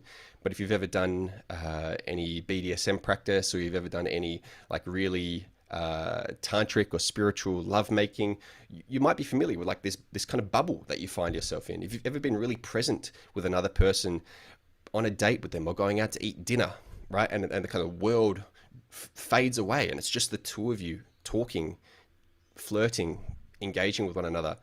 And then maybe that gets interrupted by the waiter who comes to take your order, right? Like there is a little bubble that we enter. And this is the thing that kind of connects us as two different beings, two different entities. How do we bring meaning into that? Right? How do we bring sacredness and intentionality into that bubble? What does that look like? And this could be subjective, right? What I like to do is try and keep it practical. What are the things that I personally do to bring some intentionality to this space, this thing that's connecting us all? Well, Doc Hink, our boy Hink, spoke about gratitude. That's one of the practices I like to recommend as well. How do you bring gratitude into the relationship? Right? I'm grateful for being in this relationship. I'm grateful for having a body that allows me to feel what it is my partner's feeling. I'm grateful for the community that I'm a part of. I'm grateful for the land on which I live. I'm really lucky enough to live in a beautiful part of Australia, Gubby Gubby country, also known as the Sunshine Coast. How do I bring gratitude to where I physically am in the world? Right? So something that's grander or greater than just the two of you. How do we bring some gratitude, intentionality, sacredness, meaning, a concept of divinity, in your own words, to the space around you? And it could be physically, but of course it would be metaphysically as well if you've got a religion that you adhere to, right? So relationship with body, relationship with other, and then relationship with the divine, right? Let's use those three words to sum up. By coming back to curiosity, right, that the open-mindedness, that for me is a bit of a cornerstone of the whole experience of sex, either by yourself or with other people. And when I emphasize curiosity and open-mindedness, especially when I'm talking about woo, one of the things I like to introduce as a concept is quote-unquote sexual energy. And Caitlin talks about eroticism and erotic energy in the Spiritual Engine chapter of a book, which I really like, really appreciate. And the way that I try to describe sexual energy or erotic energy in a really practical sense is, imagine you're doing something physical. Hopefully you've done something physical in your life, whether it's going to the gym, whether it's going for a run, whether it's moving house, whether it's doing something with your body, manual labor even. Now imagine you're doing that thing and someone who you find attractive walks past or enters your field of vision or is just in your space, and you notice that person. And maybe they notice you too. Maybe there's a little bit of eye contact. Maybe it's a partner. Who knows, right? But someone you find attractive enters the space that you're in when you're doing something physical. I know for me, when that has happened, let's use an example at the gym, that someone who I find attractive maybe starts running on the treadmill next to me. And I go, oh my goodness, there's a pretty attractive person next to me. I kind of go, I'm going to just run just that little bit harder, right? I'm not going to make a scene, but I'm just going to straighten up and go a little bit faster on that treadmill, just a little bit more intentional on that treadmill, whatever it might be that you're doing physically. Do you notice that little burst or the little boost of energy to do the thing that you're doing, to do the physical thing that you're doing, to lift a little bit harder, to straighten up a little bit taller, to do something, right? When the presence of that attractive person enters your line of sight and maybe has a little connection with you in passing. That little burst of energy, that little boost that you get to continue to do the thing that you're physically doing is, in my interpretation of things, sexual energy or erotic energy. It's a really tangible way of noticing it. And so the curiosity piece here is, can you notice that, right? Can you be curious about that going forward?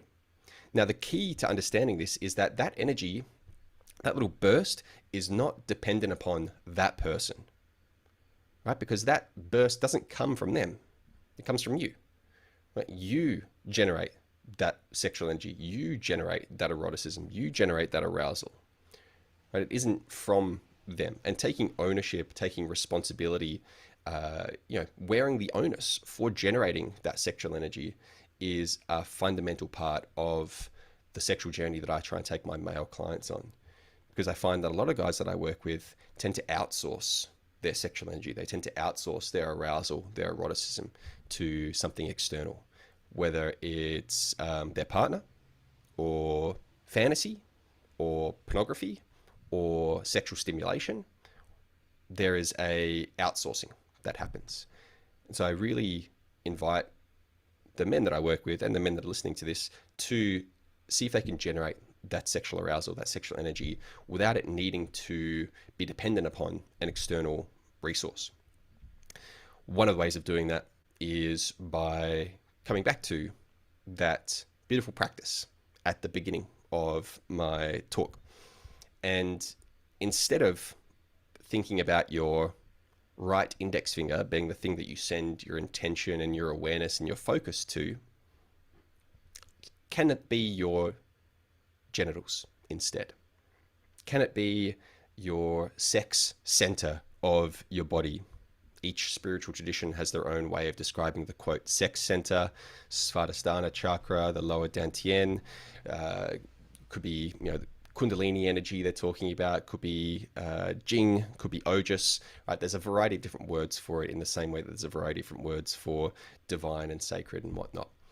But can you send your awareness internal and notice, where do you feel sexual energy in your body? Where do you feel eroticism and arousal in your body? A very straightforward answer for a lot of guys is, well, I feel it in my dick, right? I feel it in my balls. And maybe you do. And that's amazing if you do, if you're aware of that and you're able to notice it. But can you extend that awareness? Do you notice that you feel it maybe in the lower abdomen, in the belly? Do you notice it, like I do, in the bridge of my nose and over my face? And once you start to be aware of it, can you move it through your body? Can you do what might be called a, quote, energy circulation practice? If you can feel pleasure and arousal and eroticism in and around your groin and genitals, can you take a few deep breaths, that diaphragmatic breathing, and move it into another area of your body? Can you send your awareness up into your chest, up into the heart space, Anahata chakra, the middle dantian, the rose center of the body, whatever you want to call it, right? Can you feel eroticism, arousal, sexual, sensual energy, if you want, in that part of your body? I hesitate on the word energy because it's a very ambiguous word. And when I'm talking to my clients, and what I'll prompt for you here listening is, can you describe that, right? Rather than just say, yeah, I feel energy in my chest. What does that actually feel like to you? Can you throw some adjectives out there? Well, I feel a warm, tingling, expanding feeling in my chest. Maybe. Or I feel a cooling, numbing, sinking feeling in my belly. Who knows, right? But can you add some descriptive words to the sensation that you're noticing? The reason why I prompt that is because that gives you a really good thing to share with your partner when you're feeling something internally, right? So we're building that interoception, we're building communication skills, we're inviting our partner into our experience, and hopefully vice versa. Now, mindful of time, so the last thing I will share here is, again, referring to the chapter of Caitlin's book. She has this great analogy called the Volkswagen Jetta experience or phenomenon. I love that. I hadn't heard that before, but I really appreciate it. What I typically talk about is this concept of chi flows where the mind goes. And the idea behind that is that wherever you put your intention, wherever you put your awareness, wherever you put your focus, your energy will flow there, right? And so when Caitlin talks about the Volkswagen Jetta, she prompts people to look out for that as a car. Just think about that, and you might notice it more often when you're going for a drive. Apply that same notion to your body, right? If I focus on pleasure, if I focus on sensation that feels good and arousing and enjoyable and erotic in my own body, if I focus on, and again, with that curiosity and that intentionality, pleasure in my partner's body, and I bring that and I'm present with it, can you notice more of that? I find very often that we're focused on what sex looks like and not what sex feels like. And so if we can focus on sensation, hopefully pleasure, playfulness, and presence through relating with our body, relating with our partner, and relating with something grander than ourselves, then we bring sacredness, spirituality, divinity into our experiences. I think I'm at time there, so I will pause, and hopefully Caitlin's got some questions for me. Amazing. Thank you so much, Cam. When I was originally putting together kind of the concept for this event, you were the only person who I felt could take the concepts from the spiritual engine chapter here and actually like make them practical and like land in such a short period of time. And you absolutely nailed it. So thank you so much for doing that. And That's for very also kind. adding Thank you. your own spice and experience and perspective as well. I really appreciate that. Thanks, Caitlin. Yeah, thank you. I want to put up a poll and hear from the audience. The question that I want to ask is, overall, right now, my life feels aligned, mostly aligned, out of alignment, or I don't know. And I just want you to answer from where you are today. Don't overthink it. Like, just it is a very general take. It's not necessarily just on your relationship or your sexuality. Just like when you heard these concepts that that Cam broke down, that like words fail to describe, and we really are just doing our best to sort of like put words on sensations, on feelings, on experiences, and on things that are really more experiential than theoretical. But if you look and you take a survey across your life right now, where are you in terms of alignment? Now, Cam, I have a question for you, which is, you work with a lot of men, you have a chance to hear from a lot of men, maybe stuff that they don't necessarily share with other folks. And one thing that I have been playing with in my own mind regarding spirituality is that I don't know that men have the same sort of cultural permission as women do to like have a spiritual practice, allow themselves to like have a relationship with something that is bigger than them, whatever we want to call that. And I'm curious, is that your experience? Do you feel that men like are really hungry for that and maybe don't have the same amount of permission that they need in order to just like let themselves have it? Yeah, I've taught yoga for many years, and one of the things that I have noticed is that it's very easy for me to fill out a class of women, right? Ladies will come to the yoga practice, and I recognize yoga is only one modality, but it's very difficult for me to get an entire group class of men to come. And so from a lived experience, definitely true, but from my own personal experience, I've also felt judged, and I've also felt like there's some stigma around me exploring particularly spiritual practices that relate to my own sexuality. Like being open and honest about erotic exploration has been something that I have felt some shame around, which maybe I haven't noticed for some of my female colleagues in the space. And so I really want to kind of call out one of the things that I've noticed, which is that like spirituality and particularly pleasure and eroticism is coded very culturally, in my opinion of things, as feminine, right? And so for men to explore their deep, sensual, erotic pleasure is kind of seen culturally, for a lot of guys in my experience, as like effeminate and like feminine, and like not something that they should be doing. It's not masculine. Guys are really good at their sexual gratification, right? We're really good at finding ways to gratify ourselves, but I think there is a really important distinction between sexual gratification and sexual pleasure, with pleasure being much deeper and more full-bodied and robust. So I'll pause there because I recognize there might be some other questions, but yeah, I could speak to that all day. Was so beautifully said. Well, I gave a presentation to a group of coaches in training the other day, and And I was going through like the real differences between men and women and sort of like the imagined differences. And I went through physical body, emotional body, mental, experiences. And when I got to spiritual, I was like, I don't think that there are significant real differences between men and women. I think the divide there is entirely cultural. It's entirely something that we've been conditioned, and we really like robbed men of this thing that is like very innate, and I think it's a part of all people. Let me ask you another question. How do you see I want to say like it's like a combination of purpose, but it's also integrity, because I feel like a lot of the conversation and the things that you were sharing are really about like reintroducing integrity into our experiences, like acting from a place of alignment, acting from a place of integrity, saying what we mean and meaning what we say. And how do you think maybe even just the concepts of purpose and integrity can come to change a man's sexual experiences? Yeah, I love how you've defined integrity as if you say you're going to do something, do it. Like that is my exact definition of integrity. It's like if we have these values, how do we actually live by those values? I find myself experiencing imposter syndrome sometimes when I haven't done as much self-pleasure practice as I preach, to people online, or if my solo practices don't look as robust as I say they should be. So yeah, integrity is a huge part of it. What I like to actually pair purpose up with is passion, right? Because there's a lot of men's work out there which talks about purpose and finding your purpose and being on purpose, and that's all well and good. That gives you direction. I don't doubt that at all. My purpose, for example, I feel is to teach.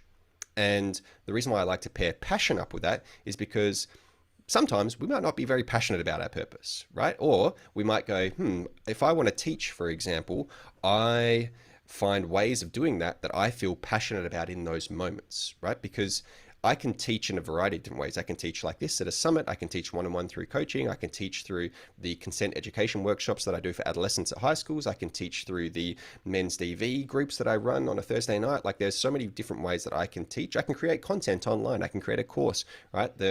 But the beauty is I get to be on purpose through all of those different passions, through all of those different avenues, I suppose. And the reason why I think that is really important as a concept to introduce to men, particularly when pairing it with purpose, is because passion is what comes through in terms of that sexual chemistry, that sexual spark, right? That aliveness. It's great to see a guy who's being on purpose, living with direction in his life. But if that is like, if he's just grinding and it's just a slog for him and he doesn't feel like lit up by that, and it's not juicy and flowing and all those beautiful ways that Susan Bratton, for example, describes, like, being in your sexuality, then it's not really inviting sexually, right? It's like inspiring, right? And I might want to aspire to the way that this guy lives, but I don't feel like juiced up by that, right? And that goes for our partners as well. So if we can find our passions and use that as a way to be in our purpose, then that's going to be much more sexually inviting. There's going to be more chemistry. There's going to be more spark and curiosity there for our partners.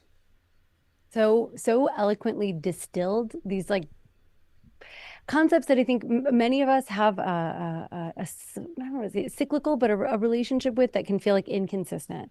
And I think what you've just spelled out there is sort of a way to bring a level of like intentionality, discipline, consistency into these areas that can feel slippery at times for many of us.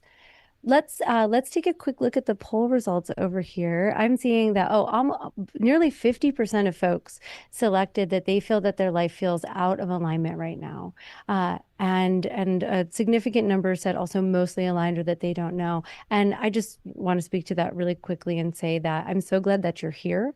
Maybe that feeling of being out of alignment a bit is what brought you here to the summit today, and I hope that what we've discussed already, what I'm going to share in my upcoming keynote, the book, the experts that you have here now that you've been introduced to. If you didn't know them before, you've now been introduced to some of the best minds in the world on these subjects. And I'll say that for myself, feeling like my life is in alignment is a bit like riding a bicycle. That it is constantly about being in motion and continuing to make the little adjustments. And Cam, I want to leave you with one last question, which is, when you feel out of alignment, what's one thing that you do to get yourself feeling back into alignment? I have a couple of things. Not to say the same thing that Doc Hink said, but I do like to exercise. I do sandbag training, so I like to throw some sandbags. That gets me in my body again. It also, I didn't touch on this a lot, but it also makes me feel powerful. It makes me feel masculine. It makes me feel strong, and so that's something that is important to me at times. But I also have other practices which are embodiment practices at the end of the day. So I slow down. I have a meditation practice. I've got a warm oil massage, self-massage practice that I do. And I use my discernment, right? If I'm out of alignment, in which way do I need to swing back, right? And I use a practice from my arsenal, my toolkit of practices that are all embodiment to bring me back to center or alignment. Good. Thank you so much. Thank you, Kim. No problem. All right, everyone, we are going to take a very quick, just 2-minute break. So please refill your water, grab your snack, and get right back here quickly, because next up, I am going to be delivering my keynote on the cultural engine, and you are not going to want to miss it. I'll see you in two minutes.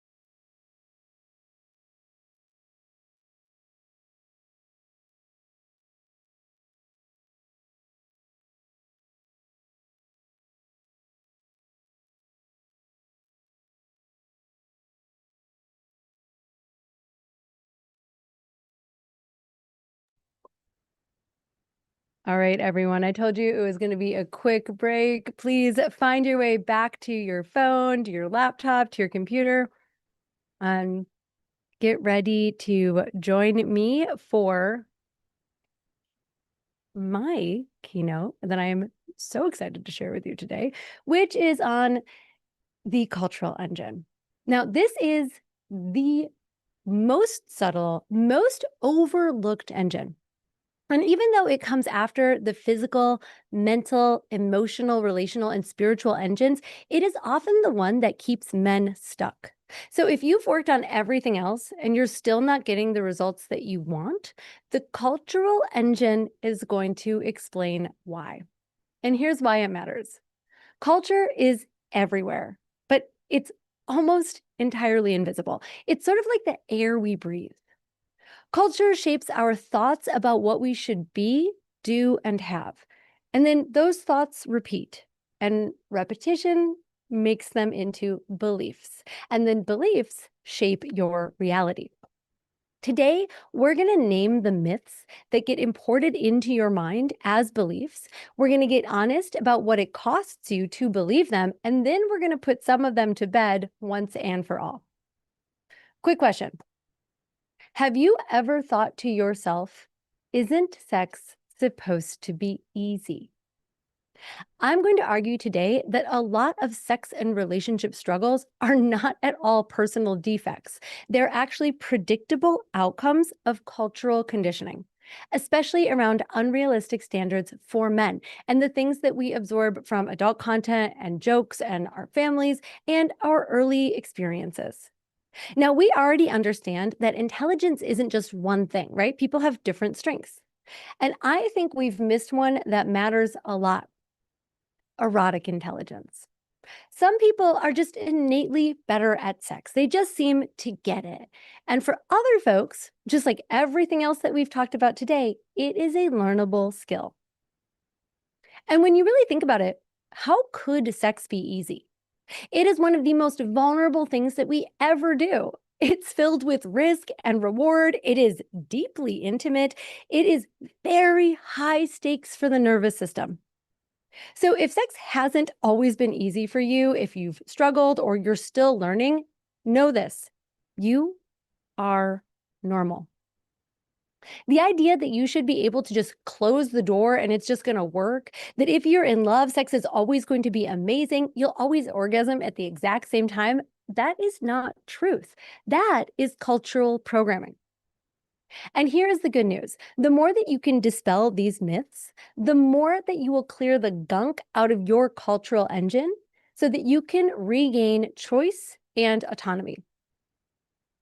Let's talk about the cultural messages that you get both explicitly and implicitly about what men are supposed to be.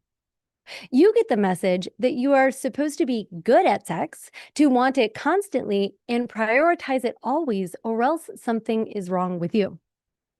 Men especially get the message that you should always be ready for sex, have a huge penis, and last forever, round after round after round. But here's what these myths do: they create threat. Because no one can live up to all of the cultural expectations, certainly not at the same time. So threat triggers adrenaline, and adrenaline disrupts your arousal, your presence, your erections, your orgasm, and your ejaculation control. And then we spiral: thought, threat, body, outcome, shame, and back around again. So if you are dealing with any challenge in bed, there is a good chance that it is living somewhere inside of this spiral, or at least being made worse by it. So let's work together to dispel the 7 most pervasive cultural myths that I see.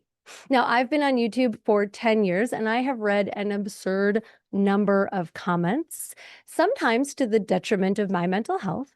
And I study the way that people talk about men and sex and relationships online. And these 7 myths are the ones that I see over and over again. And by the way, everything I'm sharing with you today in my talk is straight out of the book. Every single thing is straight out of Harder, Better, Longer, Stronger. But I'm giving them to you here with a little bit extra flavor and some behind the scenes commentary. All right, let's get it cracking. Myth number 1, one of my most hated myths: women don't want sex. This creates what I call initiator shame, because if you believe that women don't want sex, but then you have sex with them anyways, then you will naturally come to feel guilty, right? Like, is she just doing this for me? And of course, that guilt is going to live in your body as shame. Survey data actually shows that a meaningful chunk of people still believe that men need sex more than women, while more people, the majority, actually believe that men and women need sex about the same amount.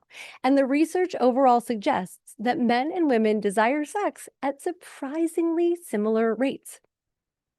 But what keeps this myth alive is the sexlessness prophecy, the cultural script that says you fall in love, the sex is hot, you get married, and then inevitably you stop having sex. But that's not some universal truth. That is a cultural storyline, but it becomes self-fulfilling. Now, here's the missing piece, what I like to call the ravioli study. If you ask both men and women, do you like sex? But men are having sex that's optimized for their pleasure, and women are having sex that leaves them unsatisfied, then you're not really asking them the same question. That's like asking 2 people if they like ravioli, when one of them is eating fresh farm-to-table ravioli and the other is eating Chef Boyardee. Same ravioli, right? Same word, but 2 totally different experiences. When you change the question to, do you like quality sex, men and women's responses start to look a lot more similar.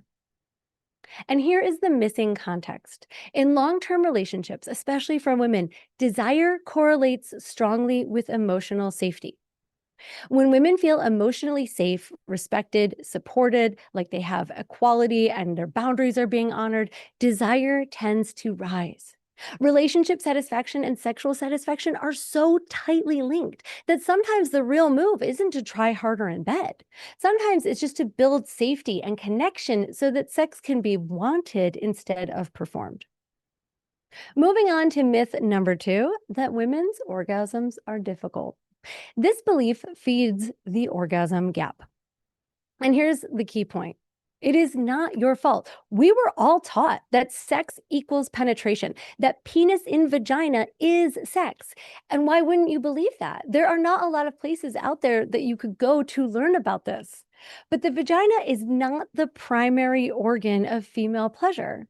So trying to make her orgasm through penetration alone often leads to frustration, and then everyone thinks that female pleasure is somehow complicated. Now, this is the orgasm gap. Straight men report orgasm at very high rates during intercourse, and straight women report it at much lower rates. In fact, the lowest of all groups studied. Now, this doesn't prove that women's orgasms are harder. It proves that we have normalized a kind of sex that isn't built for female pleasure. But here's the thing. With a little bit of information, we can close this gap because clitorises are highly orgasmic. Most women can easily become multi-orgasmic. This isn't biology failing. This is a cultural script winning. If you want more on this, I have a course, you heard about it earlier today, called Legendary Lover, and you can check it out at the link below with the special discount I'm going to share after this talk. Now, on to myth number 3. If you don't please her, someone else will. I hate this one. This one breeds jealousy and insecurity, and it shows up constantly in marketing and online comments like, if you can't make her come, she'll get somebody else to do it. A lot of this actually traces back to a double standard, the idea that a woman is either pure or dirty, worthy or not, and it actually creates 2 surprising outcomes. First, a threat framing, the belief that other men are constant competition, that her male friends, coworkers, or her just existing in public is a threat. That mindset wastes your energy and erodes trust. And it won't prevent cheating anyway. You cannot police someone into loyalty. If someone wants to cheat, they will. Second, it produces slut shaming. If you want women to be sexual and you want to have sex with women, then it makes sense to just support women's sexuality. When we punish female desire, we don't just hurt women, we actually poison the entire ecosystem, including our own relationship. Myth number 4. Women only want a man with a 6-pack who is 6 feet and makes 6 figures. The result of this belief is a feeling of hopelessness. Now, here is the most important piece, though. A lot of men cling to this myth because it protects them. Because if women only want that, then you don't have to try. You can pre-reject yourself before anyone can reject you. And that keeps you safe, but it also keeps you stuck. Now, there's a lot of red pill mythology in here, and it is worth asking, who benefits from you believing this? Because it's not you. But here is the coolest part. It's not supported by data. It's not supported by data. Please check your assumptions on this. What women consistently report being attracted to is kindness, intelligence, and generosity. And by the way, there's some important history to take into account here, because for a long time, women had fewer paths to financial independence, right? They couldn't get their own mortgage. They couldn't sign up for a credit card without a man co-signing. So these provider traits mattered a lot when women were selecting mates, right? But we are in a major cultural shift right now. More women are no longer choosing partners solely on the basis of provision. Now, it is true that with dating apps, superficial filters like height can get overly weighted because chemistry is impossible to assess through a screen. But when researchers study what predicts attraction and relationship formation, these relational traits show up again and again and again. Myth number 5. Sex is only good if you make her come. I know this is surprising to hear right now because we just talked about the orgasm gap and how to close it, but hear me out. If orgasm is the only marker of success, then pressure will take over. She will feel managed and you will feel evaluated. Connection will disappear. This also increases the likelihood of fake orgasms. Because if she knows that you won't feel okay unless she orgasms, then faking it becomes the path of least resistance. Now, data backs this up.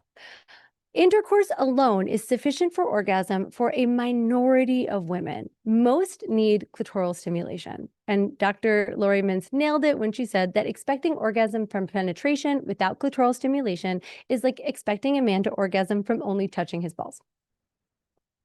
I had to include that. By the way, I also have a course on yoni massage. We mentioned it earlier that will help you to learn how to touch a woman's entire body, including vulva, clitoris, vagina, and everything in between. And if this is an area that you want more support in, we have got you covered. All right, let's stop using her orgasm as a performance review. Because if the goal is mutual pleasure and connection and satisfaction, then orgasm actually becomes way more likely, not less. Because as I love to say, orgasms are like cats. The more you chase them, the harder they hide. Myth number 6, bigger equals better. This results in a sense of inadequacy. Yes, some research suggests that women may prefer slightly above average, slightly, as you learned earlier. But the bigger point is that preferences vary widely, and most women prefer a partner who they love, someone who is skilled, present, and erotically intelligent. And of course, as you heard earlier, if you want to explore your options here, please do check out Bathmate. But the real win is getting out of performance mode here and back into pleasure. So please stop obsessing over size and bring your focus back to what actually creates great sex: skill, attunement, confidence, and connection. Myth number 7 is that sex should look like porn. The result is watching yourself, performing instead of feeling. Porn is paid performers on a closed set and designed for the camera. It's designed for aesthetics and entertainment. Real sex is for you and your partner. No camera, no audience, and no need to optimize optics over sensation. Porn is amazing. It can be phenomenal at sparking creative ideas, at giving you all kinds of erotic inspiration, but it doesn't replace sex ed. The sex that you have at home should be shaped by what feels connected and good for both of you, not what looks impressive. Now, here's the problem with all of these myths. They run silently in the background as unconscious beliefs, like apps that you forgot you installed and they're just draining your battery. They override your intentions unless you bring them into the light. And I want to end on what might be the biggest myth of all. Sex doesn't equal love. Love doesn't equal worth. Sex is not proof that you are lovable. Sex is not the sole container for intimacy. And when you confuse sex with love, security, validation, and worth, you can overload sex with meaning that it just cannot carry. When sex has to carry everything, intimacy, love, security, worth, validation, pressure replaces play. Avoidance grows. Confidence and connection get way harder. Sex collapses under that weight, not because you're broken, but because it is too much pressure for any one system to hold. All right, quickly, I want you to open your notes, grab your pen, grab your paper, get ready to write fast, don't edit yourself, and fill in this sentence honestly with a myth that you believe. I have to blank, or else blank. This is your pressure sentence, your threat statement. I have to blank, or else blank. For you, it might be, I have to beg her for sex, or else it'll never happen. I have to have a massive dong, or I'll never please a woman. I have to make 6 figures, or else I'll never date someone I'm attracted to. Write yours down. You can write a couple down. Don't overthink it. Just shoot from the heart.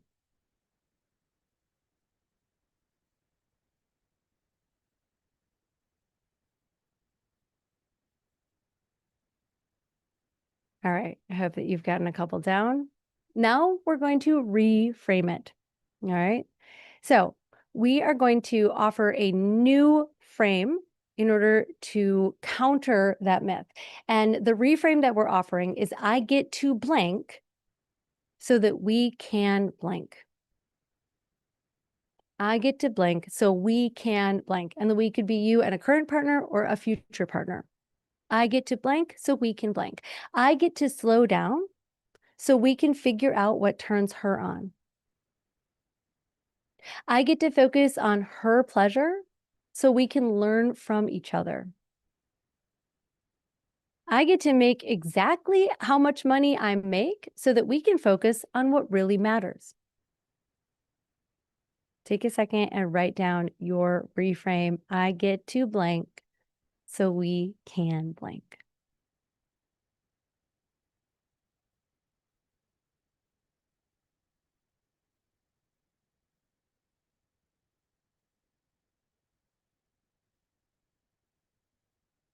All right, now I'm going to offer you a few words that you can come back to when you feel yourself entering that threat spiral.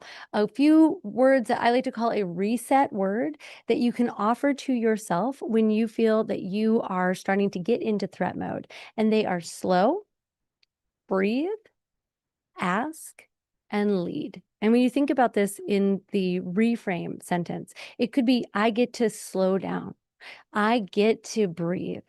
I get to ask because I'm allowed to ask questions. I don't have to know everything. I'm not a mind reader. Or I get to lead. I get to lead by example. I get to take her hand and offer her the menu. I get to give her options. I get to say, you know what? Let's pause because it's not fully aligned right now. I get to slow down, breathe, ask, lead, play with these, take one of them, try it on for yourself and see how it supports you. And by the way, this is the exact kind of work that I do with my coaching clients. I teach them how to shift their mindset so that they can return to their natural state, which is pleasure and ease and erotic intelligence. Okay, if you're interested in working with me or one of the members of my coaching team, please apply at the link in the chat or on my website. Because here's the thing, you are still going to breathe the air. The myths are still going to be out there. And the way that you remove them from your life is by filtering them in real time. Spot the myth, swap the belief, and repeat. Remember, you are not broken. You are conditioned. Culture is in the air, but we can filter the air. At the end of the day, sex is not a test. Presence is power and connection is the goal. All right, I want to hear from you. Please answer this poll in the pop-up window. Which narrative creates the most pressure for you? Which narrative creates the most pressure for you? Is it always perform, never struggle, don't ask for help, or handle it privately? And I'm going to give you all an answer, a moment to answer the poll. And then if we can open the chat, once you've responded to the poll, I would love for you to go into the chat and write your new statement, write your reframe statement. I get to blank so that we can blank. I want you all to just populate the chat. Don't worry about getting it right. The purpose of doing this is to throw yours in the mix, see what other folks have said, maybe grab some ideas from other people. Let's see what everybody came up with.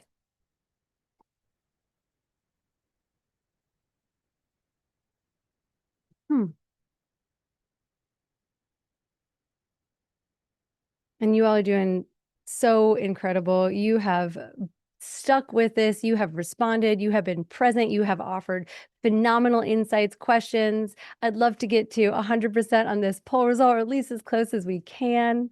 I'll give you another minute to answer in the poll. And then once you have done so, once we have the chat open, if you can respond with your reframe statement in the chat.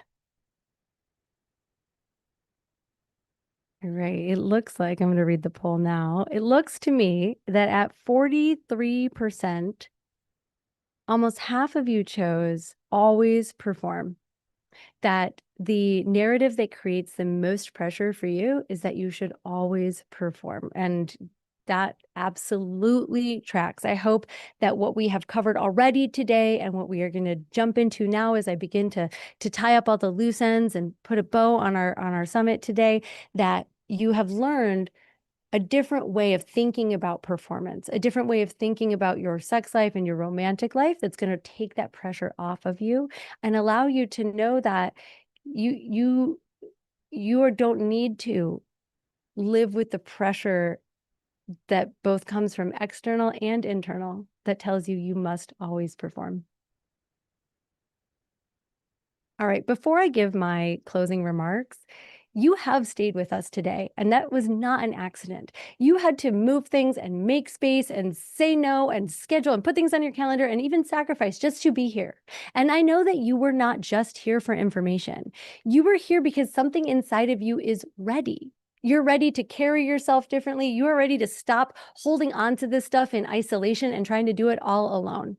Now, it's true that a lot of what we covered today won't fully land until later. It's not going to hit until you're back in your life, you're noticing your patterns, you're filling in the gaps, and you're wanting more than just a single conversation can give you. And that's exactly what we designed the VIP experience for. So if you are watching live, this is the last call. If you want to join us in the VIP, the live Q&A, where we're going to go deeper together with our speakers. If you want to join me for the full book integration workshop on February 27th, if you want to get instant access to all of the pre-order bonuses, including the workbook, and if you want to get the signed copies of the book, and by the way, I don't plan right now on doing in-person book stuff. There's not an in-person book tour that's in the works. So if you want a signed copy of the book, this is your chance to get it. It actually only costs $10 more to get the signed copy than it does if you were going to order the book on, say, Amazon. So I think it's a great deal. You get all of these bonuses. You get to keep hanging out with us today, and you get the integration and kickoff workshop. So if you're the kind of guy who knows that accountability really matters, and you all answered the poll accordingly earlier, so I know that you are, then having that workshop to look forward to, if you plan on getting this book and implementing the things that you learned from it today alone, join me for the kickoff workshop in February. It gives you 1 month to get the book, check it out. You don't have to have read it. And we will kick it off together. Let that be your accountability. And of course, if you are watching this on the replay, and you all who are live, you are going to get this on replay as well. I want you to hear this clearly. The door is still open. You can still get access to the workshop, the workbook, all of the bonuses that I created to help you apply this in your actual life. This was never about fixing yourself. It is about finally understanding your system so that you can move forward with clarity instead of confusion, with self-knowledge instead of self-judgment. So if something shifted for you today, do not let it fade. The VIP is where we will make it real. You'll see the link in the chat and on the page. And of course, if you have any challenges, please message our incredible support team, support@CaitlinVneal.com with any questions. And with that, I'm going to give you a moment to sign up for the VIP, pop anything else from our previous conversation into the chat. And then we will move on to wrapping up our summit. I can't believe we've made it this far.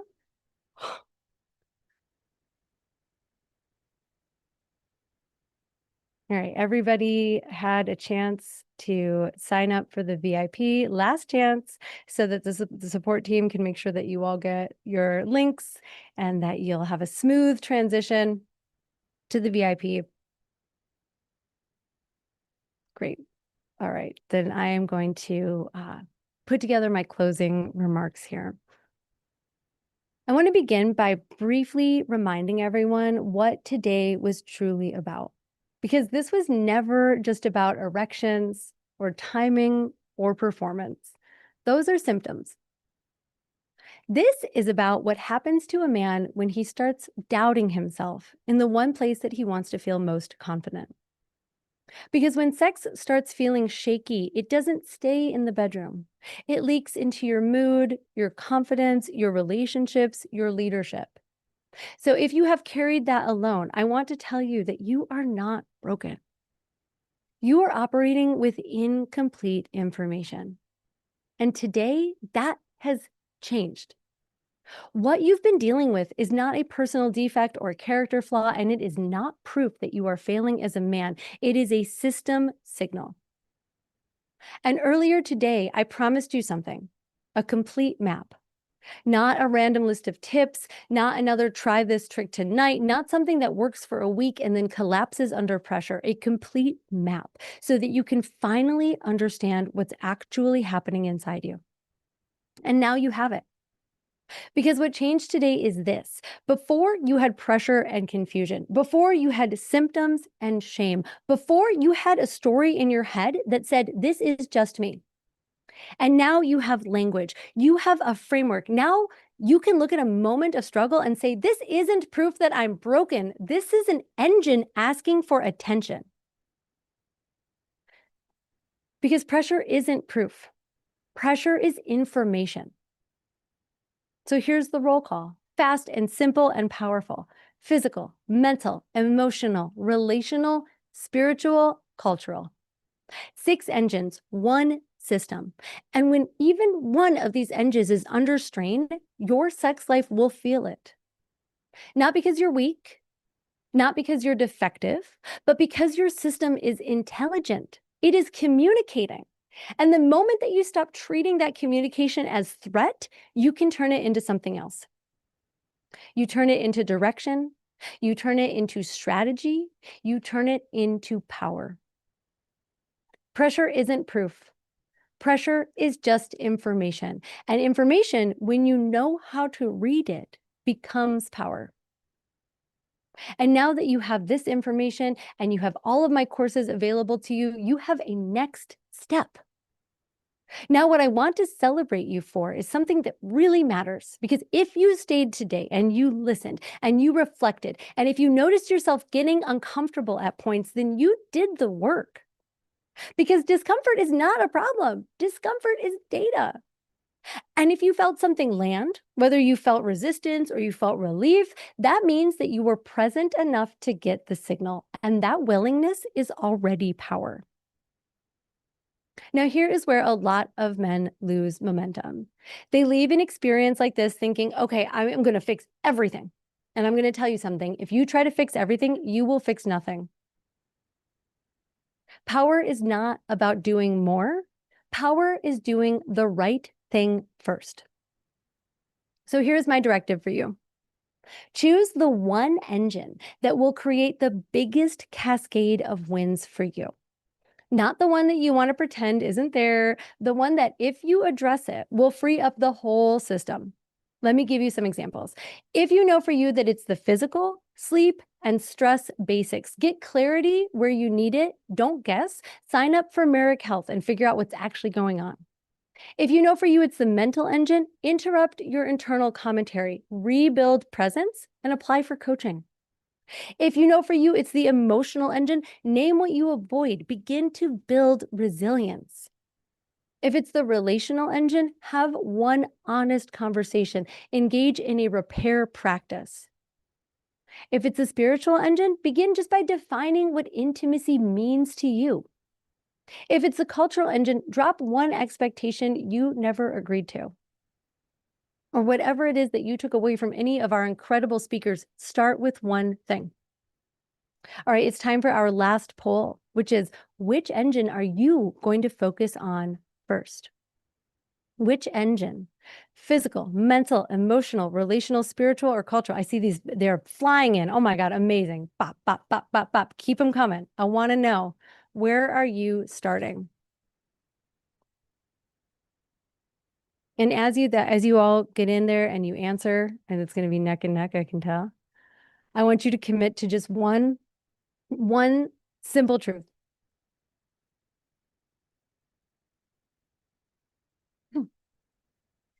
That small, consistent steps will always beat historic, heroic binges. Oh my goodness. Wow, it is absolutely neck and neck between physical and mental. Incredible.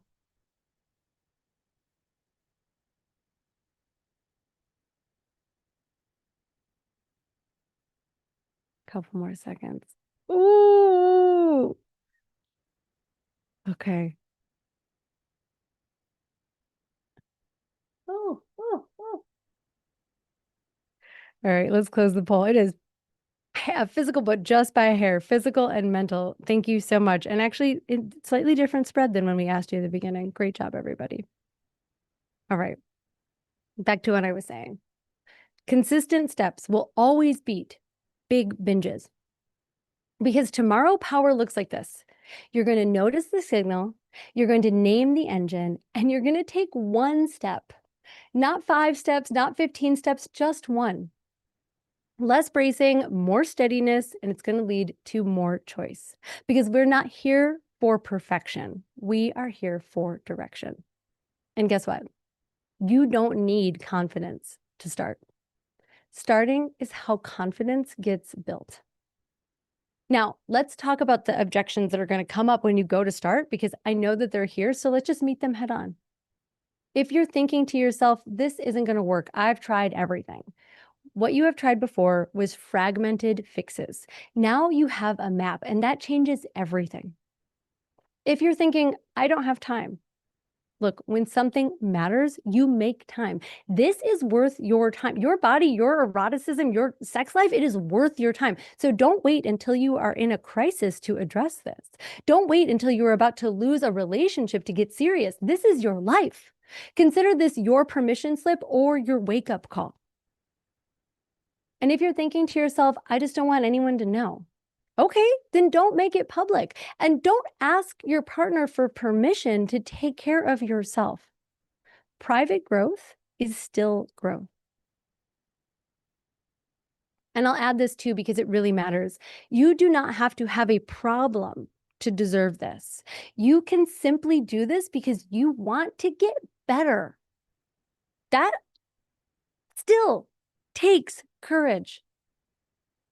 You can be the man who creates real adult conversations about intimacy and sexuality with your peers, in your relationships, and in your life. That is not pressure, that is power. Now, please permit me to make this personal for about 60 seconds here, because I want to share with you that this book was hard to get published. This book was extremely hard to get published, not because it isn't needed, not because men are not struggling, but because from agents and publishing houses, I kept hearing the same thing over and over again. We love the idea, but men don't buy books. We love the concept, but no one wants a book about men's sexuality.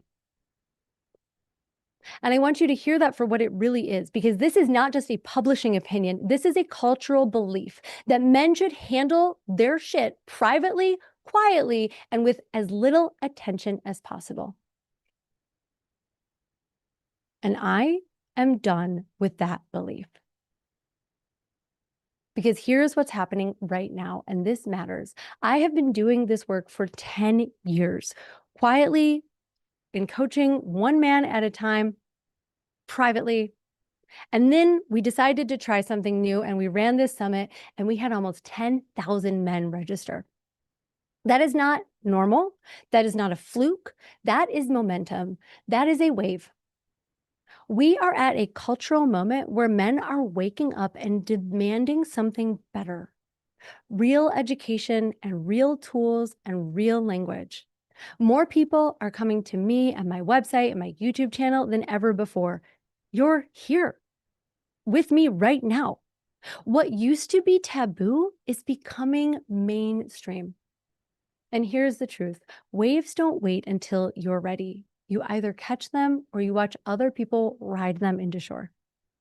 And today, for many men, the default modern solution is a pill. But what we are doing here is the next wave. It is not try harder. It is not take something and hope. It is not white knuckle it alone. It is a complete map, a full system, something that treats men like people and not machines. And it is a way to build sexuality that isn't fragile because it is grounded in how your engines actually work.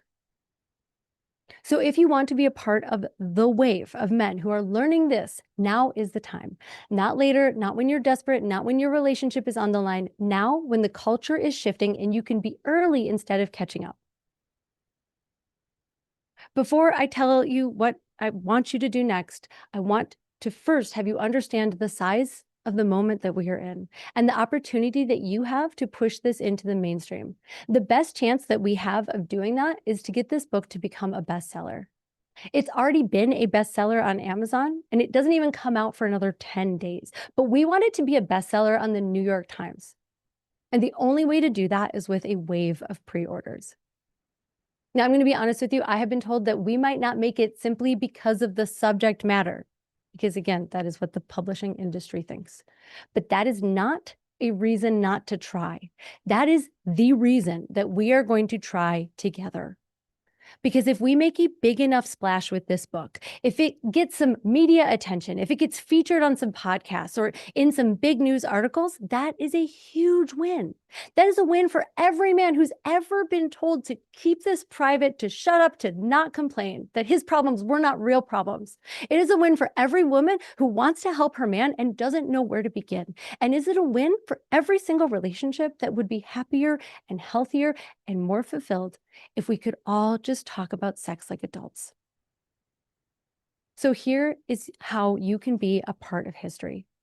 Step 1, pre-order the book before launch day on January 27th in any format that you like from any retailer that you like. You can get more than one copy. Part of this wave is men helping other men to find this information. And trust me, each order counts towards the overall mission.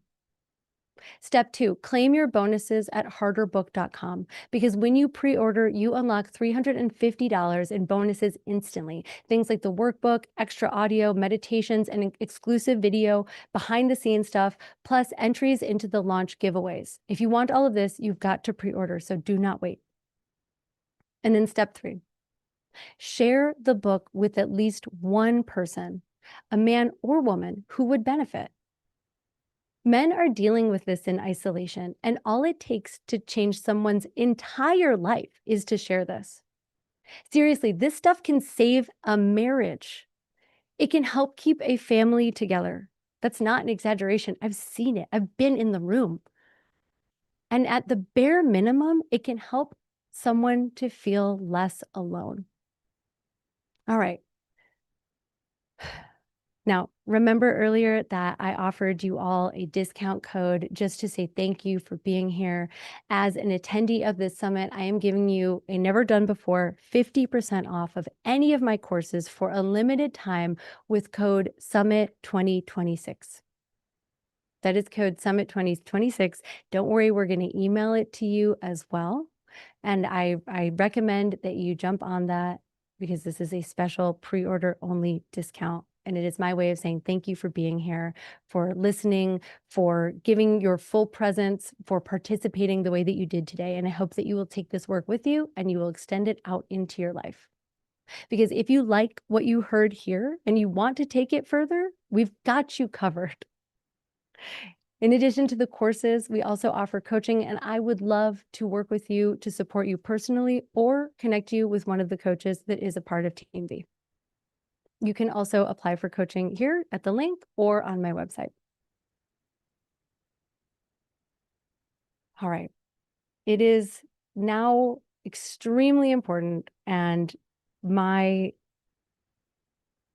honor and privilege to take a moment to offer my gratitude and acknowledgement to the team who made this possible today. Events like this do not just happen. They are built. They're built by people who care very, very, very deeply. Helping me here in the studio, our Director of Operations, Liz. Helping me from the other side of the world, our Head of Communications and Customer Support, Nane. And there are dozens of other people here in this room, here on the other side of the world, all over the United States. There are so many folks who came together to bring you this event today.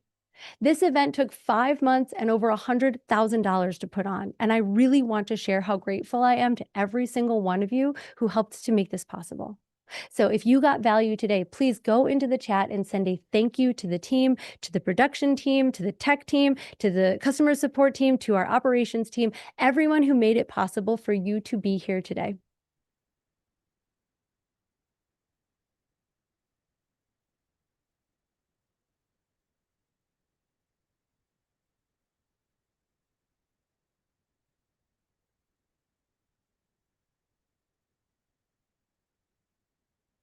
you please keep lighting up the chat?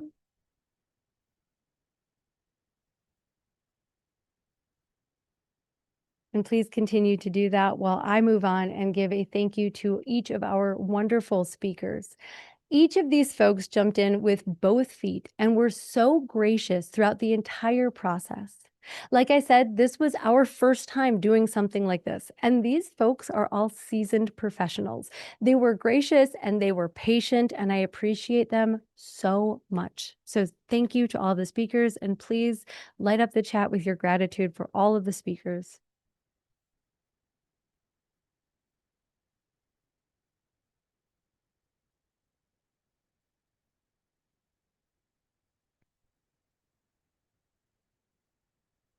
And now here's the next part. In the Q&A, we are going to take this framework into your real life. So if you are staying for the VIP Q&A, please exit this Zoom room and select the Q&A tab from the event page in your browser and give us a couple minutes to wrap up here. We'll see you over there in just a moment. If you upgraded to VIP during the summit today, then you may need to refresh your browser in order to see the option to join the VIP Q&A, or you may need to check your inbox for the new link. Please be mindful that that link will have been sent to you from Zoom.